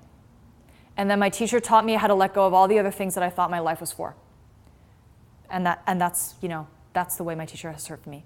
And that is a great definition of perfect guru yoga, of perfect imitation, is to learn that the only thing your life is for is to be free. That's it. That should be the one thing. Or we say to be a Buddha, or to become enlightened, or to become happy. There are many ways to parse out the articulation of it. But your life is not to get a pension, and your life is not to go to another movie, and your life is not to have a family necessarily. It doesn't mean that you can't do all those things. But they're all they should all be like rivers going into the one stream. And to be clear, think through what you did today. What if all you were doing your whole day is one thing? How wonderful would that be? How relaxing would that be? That you could wake up and think only got one thing to do today. It's the same thing I did yesterday. Same thing I was working on yesterday. And same thing I was working on all night long while I was sleeping. So just continuing now. Nothing new to start. Nothing I have to get done. Just one thing.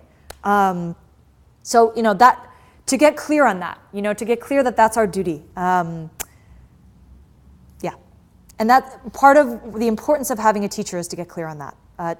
That they will help you to get clear on that, because we are so convinced that our life is for about 8,000 billion things in an hour that we have to do. You can do all those things, but if the how is for one thing, you'll be rested, be very rested. So that's maybe on like the macrocosm level of what your duty is, but then you can think on the microcosm level, it's just what you're doing right now. That's your duty, whatever's actually happening. Because most of the time, we're not doing that duty. We're doing something else. We're not actually in what we're doing. So if you could do your duty, what's actually happening in the present, what it is, this would be good, to put your full attention on what's happening. So then I was thinking, like, why are we doing our duty badly? Like, what is that about? And I was thinking there's maybe 2 levels to this. So most of the time, we're thinking about doing someone else's duty in a sense of like envy, or we're looking at others and you're thinking like, well, if I had that person's job, it would be okay, or if I had that person's time to meditate, it would be okay, or if I was a man, or if I was a woman, or if I was a little thinner, or all these things that we do, that basically come down to if I was any person other than who I am, I'm sure it could work out for me. Like I'm sure then I would be able to like rest. I'm sure then I would be able to be happy. I'm sure then I would be able to become enlightened somehow. If I was anything other than what I am right now. Again, that idea, like perpetuating that idea is never ever going to work out. It's going to have to be like, I could do it right now. I don't need anything else to do it right now. So try to watch as you go through your day doing other people's jobs. And we're really good at doing other people's jobs. We think like, well, if I had that person's job, I'd do it really, really well. They're not doing it that well, but I'm sure if I was doing it, I could work it out. And but then on I think the more pernicious side, the maybe subtler side is we're doing our own duty in the future most of the time. So we're conceiving of ourselves either in the future mostly and sometimes in the past and doing that person's duty instead of actually doing our duty in the moment. That's why we're doing our own duty badly most of the time. And we're thinking like, and when I say we're doing it well, it's just like, well, when I leave this center, or like as soon as this is over, I'm going to do this. We're thinking about that duty in the future. And we're doing it very well when we think of it, because we're very clear about what we're doing, right? But every time we're thinking of that, we're not doing our duty in the present well at all, So got to try to get down to the present, to what's happening right here and now. And then you'll be taking the goal as a path. There's and that, again, that means getting messy and getting a little bloody and facing yourself. We don't want to do our duty badly. The implication I also think of this verse is that when you get with yourself directly, when you get intimate with yourself, it's going to be a mess. You're going to like see the state of your own mind, right? And it may not be pretty. And you also might have to face the fantasy that like what you're going to look like when you're enlightened won't be different than what you look like right now, which is very distressing to us. Because we really like have some fantasy that, again, it's going to be anything other than what I'm like right now. I'm going to feel different than I feel right now. I'm going to look different than I look right now. And what if that wasn't the case? What if you could be done? What if you could rest right now? What if? You don't have to believe it, but what if?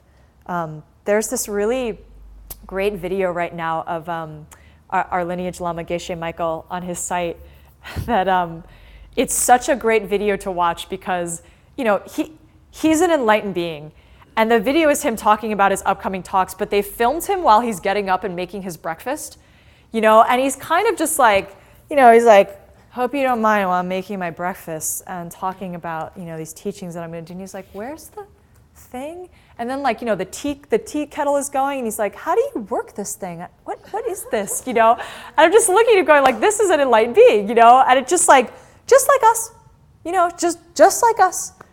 But what is his relationship to those actions? And he's like, he's so playful, and it's so beautiful because he's like, first of all, the very fact that he allowed this to be filmed and placed on his website, he's like, he's in an old t-shirt, he's not in his monk's robes, he's like clearly just gotten up, his like, his face still has like the creases on it from the bed, and he didn't care. He's like, I don't know, these people gave me this list of things, so we're doing these teachings, they're gonna be really great. Where's the toast, It's so beautiful. It's just open, just honest. The enlightened beings, they're drawn naked, not because they're so sexy, even though they are, but because they don't have anything to hide. So they're just free. They're just open. I was telling Brian this story of Milarepa. His sister came. Milarepa was this great enlightened yogi and overcame a lot of obstacles. And he eventually was kind of made himself fairly remote from the public and would sit naked. So he's sitting naked, meditating, and his sister comes up and she's like, Milarepa, I'm gonna bring some people to see you today. I'm gonna bring some people up from the town. She's like, so I hope you don't mind, but I brought you a little bit of cloth, and it would be really great if you could just fashion a little something to cover yourself, for when I bring up our guests. And he's like, oh, it's like, oh, interesting, okay. And so she goes back down to the town to get her friends to come up, to have this audience with her brother. And they come up, and he's made a little case for his penis and and his balls, and then he's made little cases for all his fingertips, and all his toes, and his nose, and his ears, and I think even his chin, and of course he looks utterly ridiculous. He's naked apart from that, and she looks at him and she's like, what is wrong with you? What are you doing? And he's like, well, I thought since you were offended by this shape that you'd probably be offended by the other shapes that are like that. So I just covered all of them, And she was like, oh my God, you're an enlightened being and I just don't get it, Because he's like, what's the problem? It's all just shapes. So anyway, sidebar. So this is Thomas Merton. How do you expect to arrive at the end of your own journey if you take the road to another man's city? How do you expect to reach your own perfection by leading someone else's life? You must have the humility to work out your own salvation in a darkness where you are absolutely alone. And so it takes heroic humility to be yourself. That's so beautiful. And to be nobody but the man or artist that God intended you to be. So to come to terms with your own, they use this term in the Christian tradition, your own meekness, your own journey. It's hard. It's that transition between imitation and intimacy is you have to learn how to trust yourself, as I was saying before. It's where that word faith comes into play. You start to trust your own instincts. Because you've been practicing the instincts of an enlightened being long enough that you can start to trust that what's rising works for you, So you've set up your altar in the, correct way, whatever that might be, which means the way you were taught from your teacher is the correct way. You've set that up long enough that you can start to personalize it. When I teach my students dance, it's at a certain point, you don't need to do this movement to be doing a port de bras. You can breathe and do the port de bras because it's in your body. It's the movement could look very, very different than the way it originally looked for you when you first learned it. But you're personalizing it. It means it's been realized for you, okay? When you meet the Buddha, kill the Buddha. This is Zen proverb, so great, So if you see a Buddha, meaning you're cognizing the fantasy of a Buddha outside of yourself, kill that Buddha. Go through them and become them, right? So don't keep them out there. Bring them so close that they become you. This is the love of a divine being. We've been talking about this in our Exchanging Self for Others class, that the desire to help another, compassion, right? The wish to help them is so intense that you close the space between them to the point where you become them. And in doing so, you've collapsed time. For a Buddha, all time happens at once. How is that possible? It means that for a Buddha, they love you so much that they can't bear the thought of saying, me to you. That's too long. It's too long to even the thought that goes, there's a me and a you takes too much time. So they close that gap until they just go, you, I am you. Then you've collapsed time.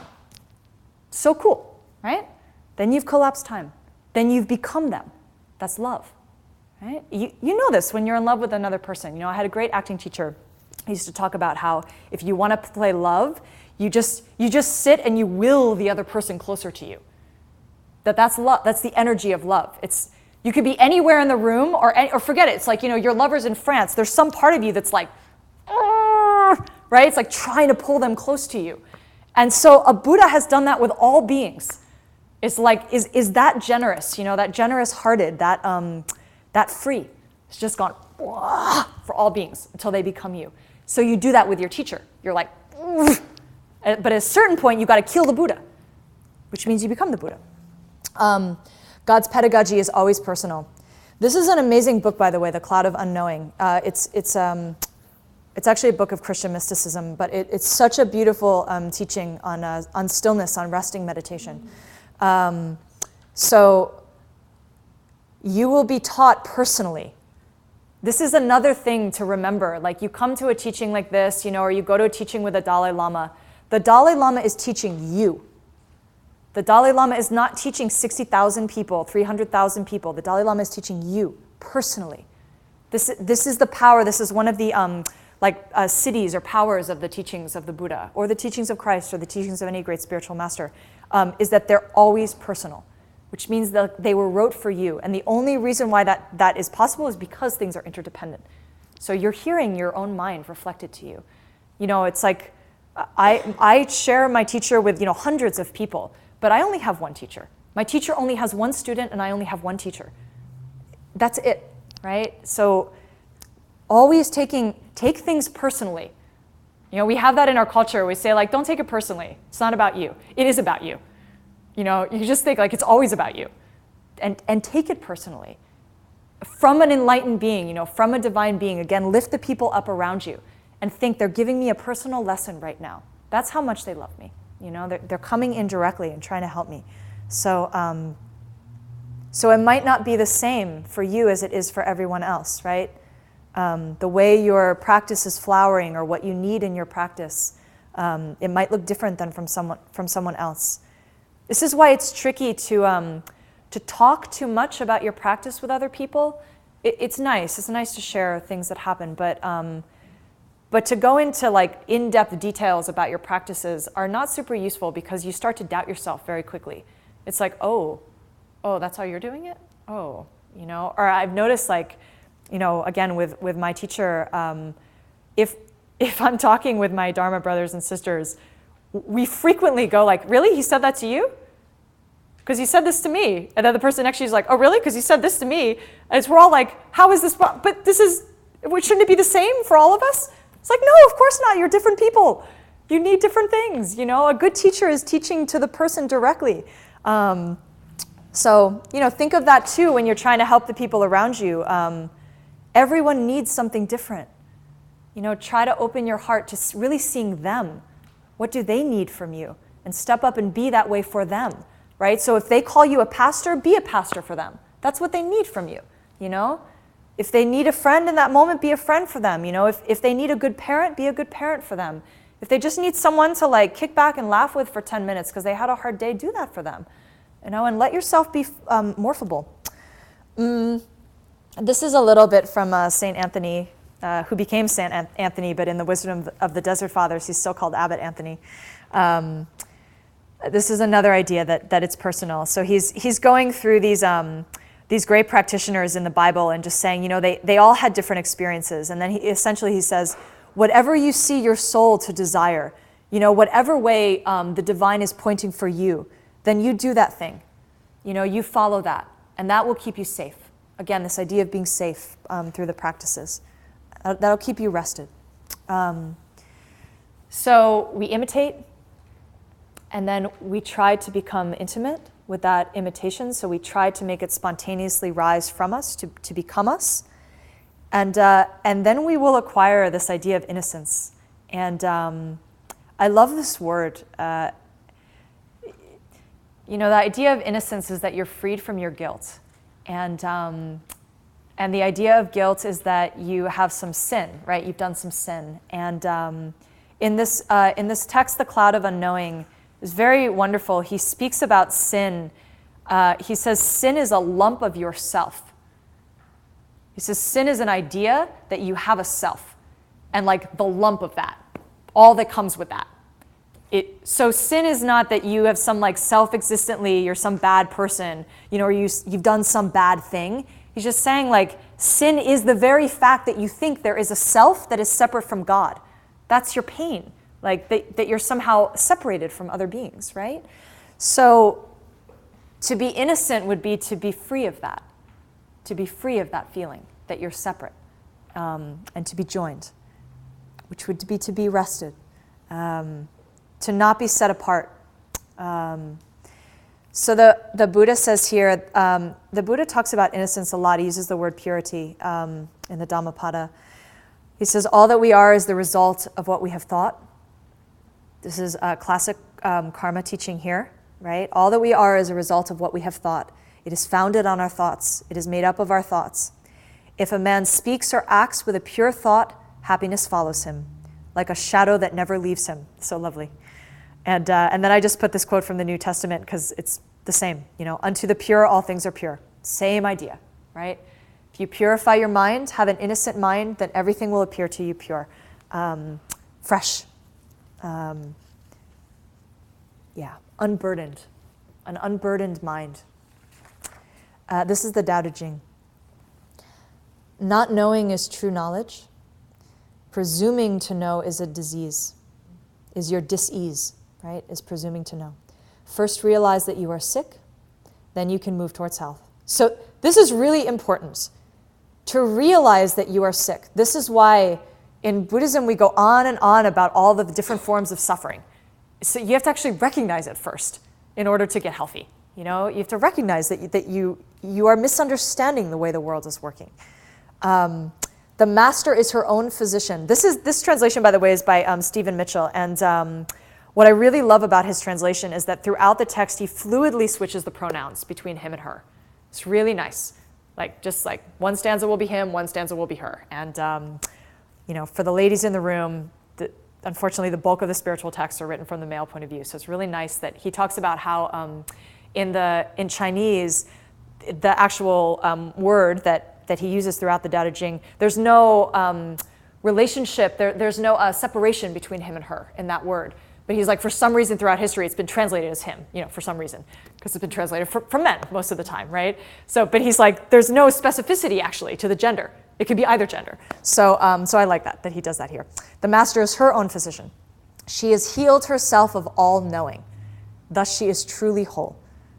So our knowing is literally killing us. It's literally killing us. We know that we will die, and thus we will, right? It's omniscience, the idea a Buddha is an omniscient being. You could say that is the unknowing of all things. To unknow all things would be to be omniscient. And so what if it was possible to achieve the state that all spiritual traditions put forth, this idea of some type of eternal life, which won't happen in this body, because this body is by definition going to go, but to shift your idea to that. What if you could unknow that possibility to the point that it becomes possible for you? It's hard to just say unknow something. How do you do that? I'm unknowing, I'm not knowing it. I know it, but I don't know it. It's like, what? How do you do that thing? It's like very, very challenging. So you just have to start and just say well, what if it's different? Could it be different than the way I'm seeing it? Again, start with a sense of lightness and a sense of play. Start by resting. Don't start by being like, I gotta unknow this thing. I know it, I don't know it. I'm not gonna know it. Just lightness, Could it be different? Could I be different? Could the people around me be different? Could my life be different? Could I experience things differently? And is it possible that this glass is a thing that is changing at a rate of 53 trillion times a second, the way science says it is? And your mind goes, well, it doesn't look like that. I know the way it looks, but unknow it a little bit. How could you see it that way if that's the way it actually existed, if it was changing like that? Just try to unseat yourself a little bit. And when you unknow yourself, so the self that you have right now, if you're not a Buddha, Buddha's in the room excluded, the self that you have right now is by definition not a Buddha. When you unknow that, then you could be a Buddha, right? So when you make enough space between the knowing that you have and the possibility, at a certain point it'll click over and you'll know yourself in a different way. So practice the unknowing. And then, after you've done that for yourself, right? Once you've healed yourself of that certainty that we have, that we think we know who we are, then you can do what Henry David Thoreau suggests. Through our own recovered innocence, so through our own recovered sense of our own potential, our own sense of who we could be, then we can discern the innocence of our neighbors. So lovely. So through our own unknowing, then we can see the unknowing of our neighbors. And I like Henry David Thoreau because he's like a kind of a contemporary mystic for us in America. And he's another one that so he went out, he lived on Walden Pond and, totally built his cabin and was in solitude. But then he'd bring his laundry home to his mom, and get his mom to bring him lunch.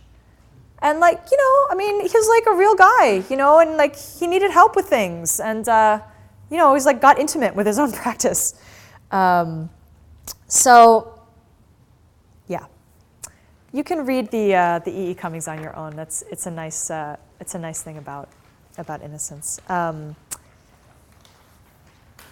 So these three ideas that we've been talking about tonight, these are there are different ways maybe to think about what are called the three principal paths, renunciation, bodhicitta, and worldview. But if you get a little bit of traction with any of those, you should get a little bit more rest in your life. Find someone really, really good, someone who you really see as knowledgeable and happy, and then serve them.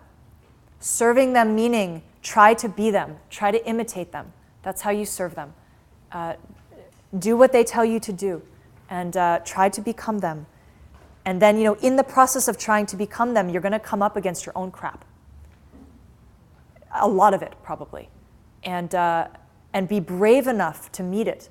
Be brave enough to have some intimacy, to really be blessed, to get bloody, and to come up against it, to really look at yourself, and to get intimate to the point where you become that being that you've been seeing. You personalize your practices, and then you will be in a state of innocence. Then you can meet the world fresh all the time, and be a lovely way to go through the day, just going, I don't know who you are, I don't know. What are you doing right now? I don't know. I'm not sure.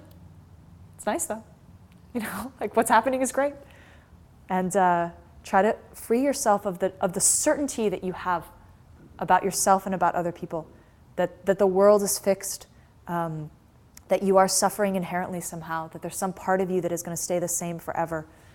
There's no part of you that will stay the same forever. It's impossible. So a little bit of innocence, like E.E. Cummings says, makes a day, makes a whole day. A little bit of space.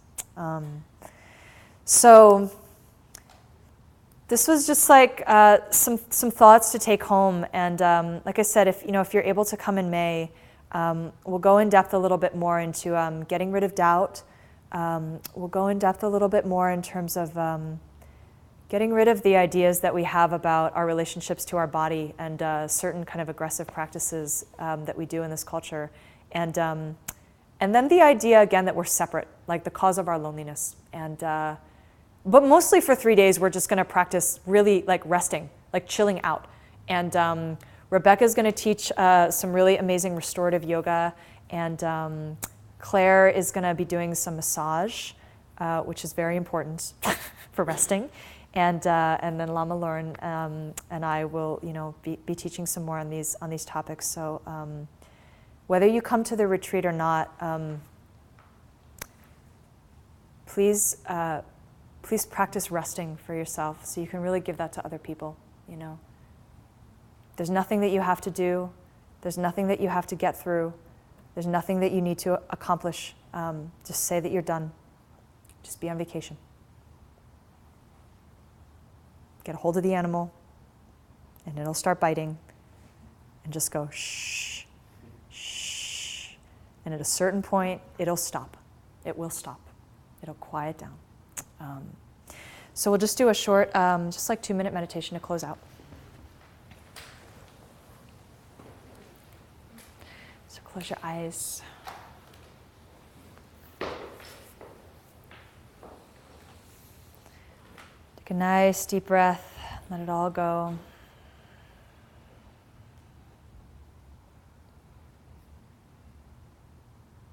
Soften your jaw, soften your eyes.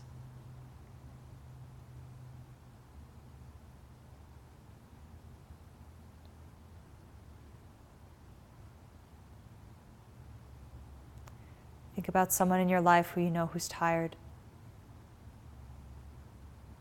Mentally, emotionally, or physically, or all of the above. And place them in front of you. See them clearly.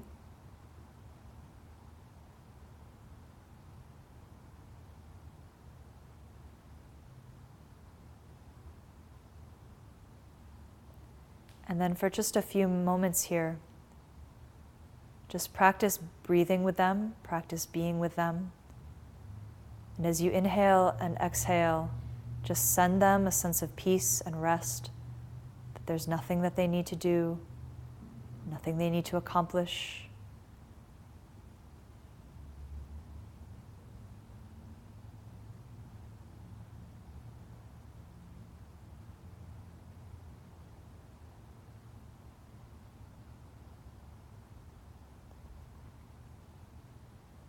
And with each breath, have a sense that they get more and more rested through the quality of your gaze, through the quality of your presence with them.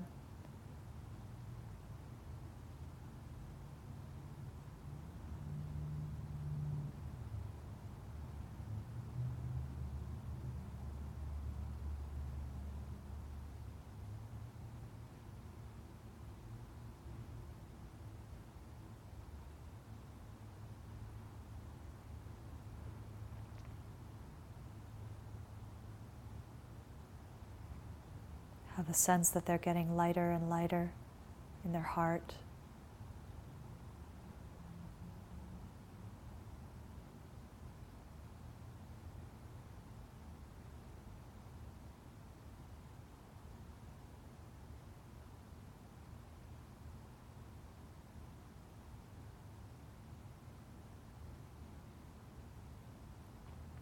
And then gather up in your heart anything that was useful for you this evening.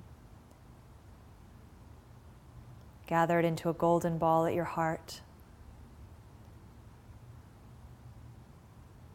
And since you don't need it, you don't need anything, you have everything you need, you can give it away. So just see some beautiful white light streaming from your heart into their heart, and give them all the goodness that you accumulated from being here tonight.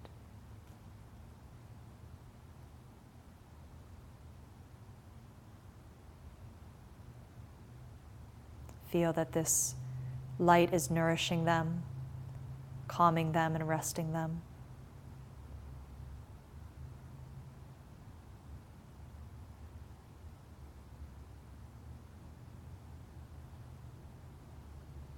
And then send a thought of gratitude to them for allowing you to share some time with them in meditation, and for appearing in your life in such a way that you could help them. It's so kind of them to allow you to love them like this, to allow you to be able to see yourself trying to help them. So just feel happy that you know them, and grateful that you could be of some use to them through these actions that you've just done.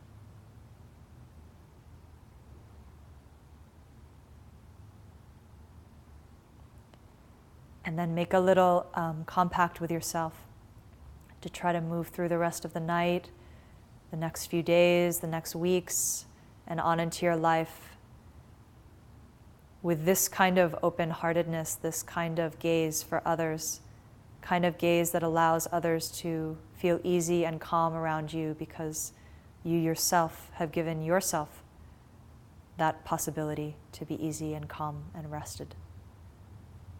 So you can just be present with them and enjoy the time together and just play. So make a commitment here in your life to live your life more in a state of play and really mean it and know that it's possible.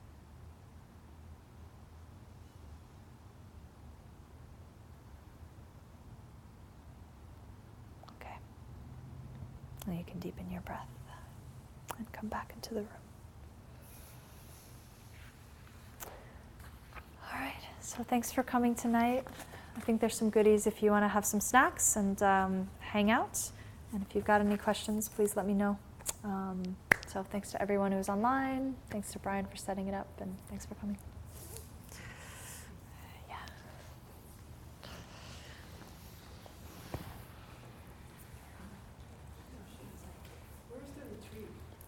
The retreat is, oh, good question. Oh yeah, thanks, I had two quick announcements.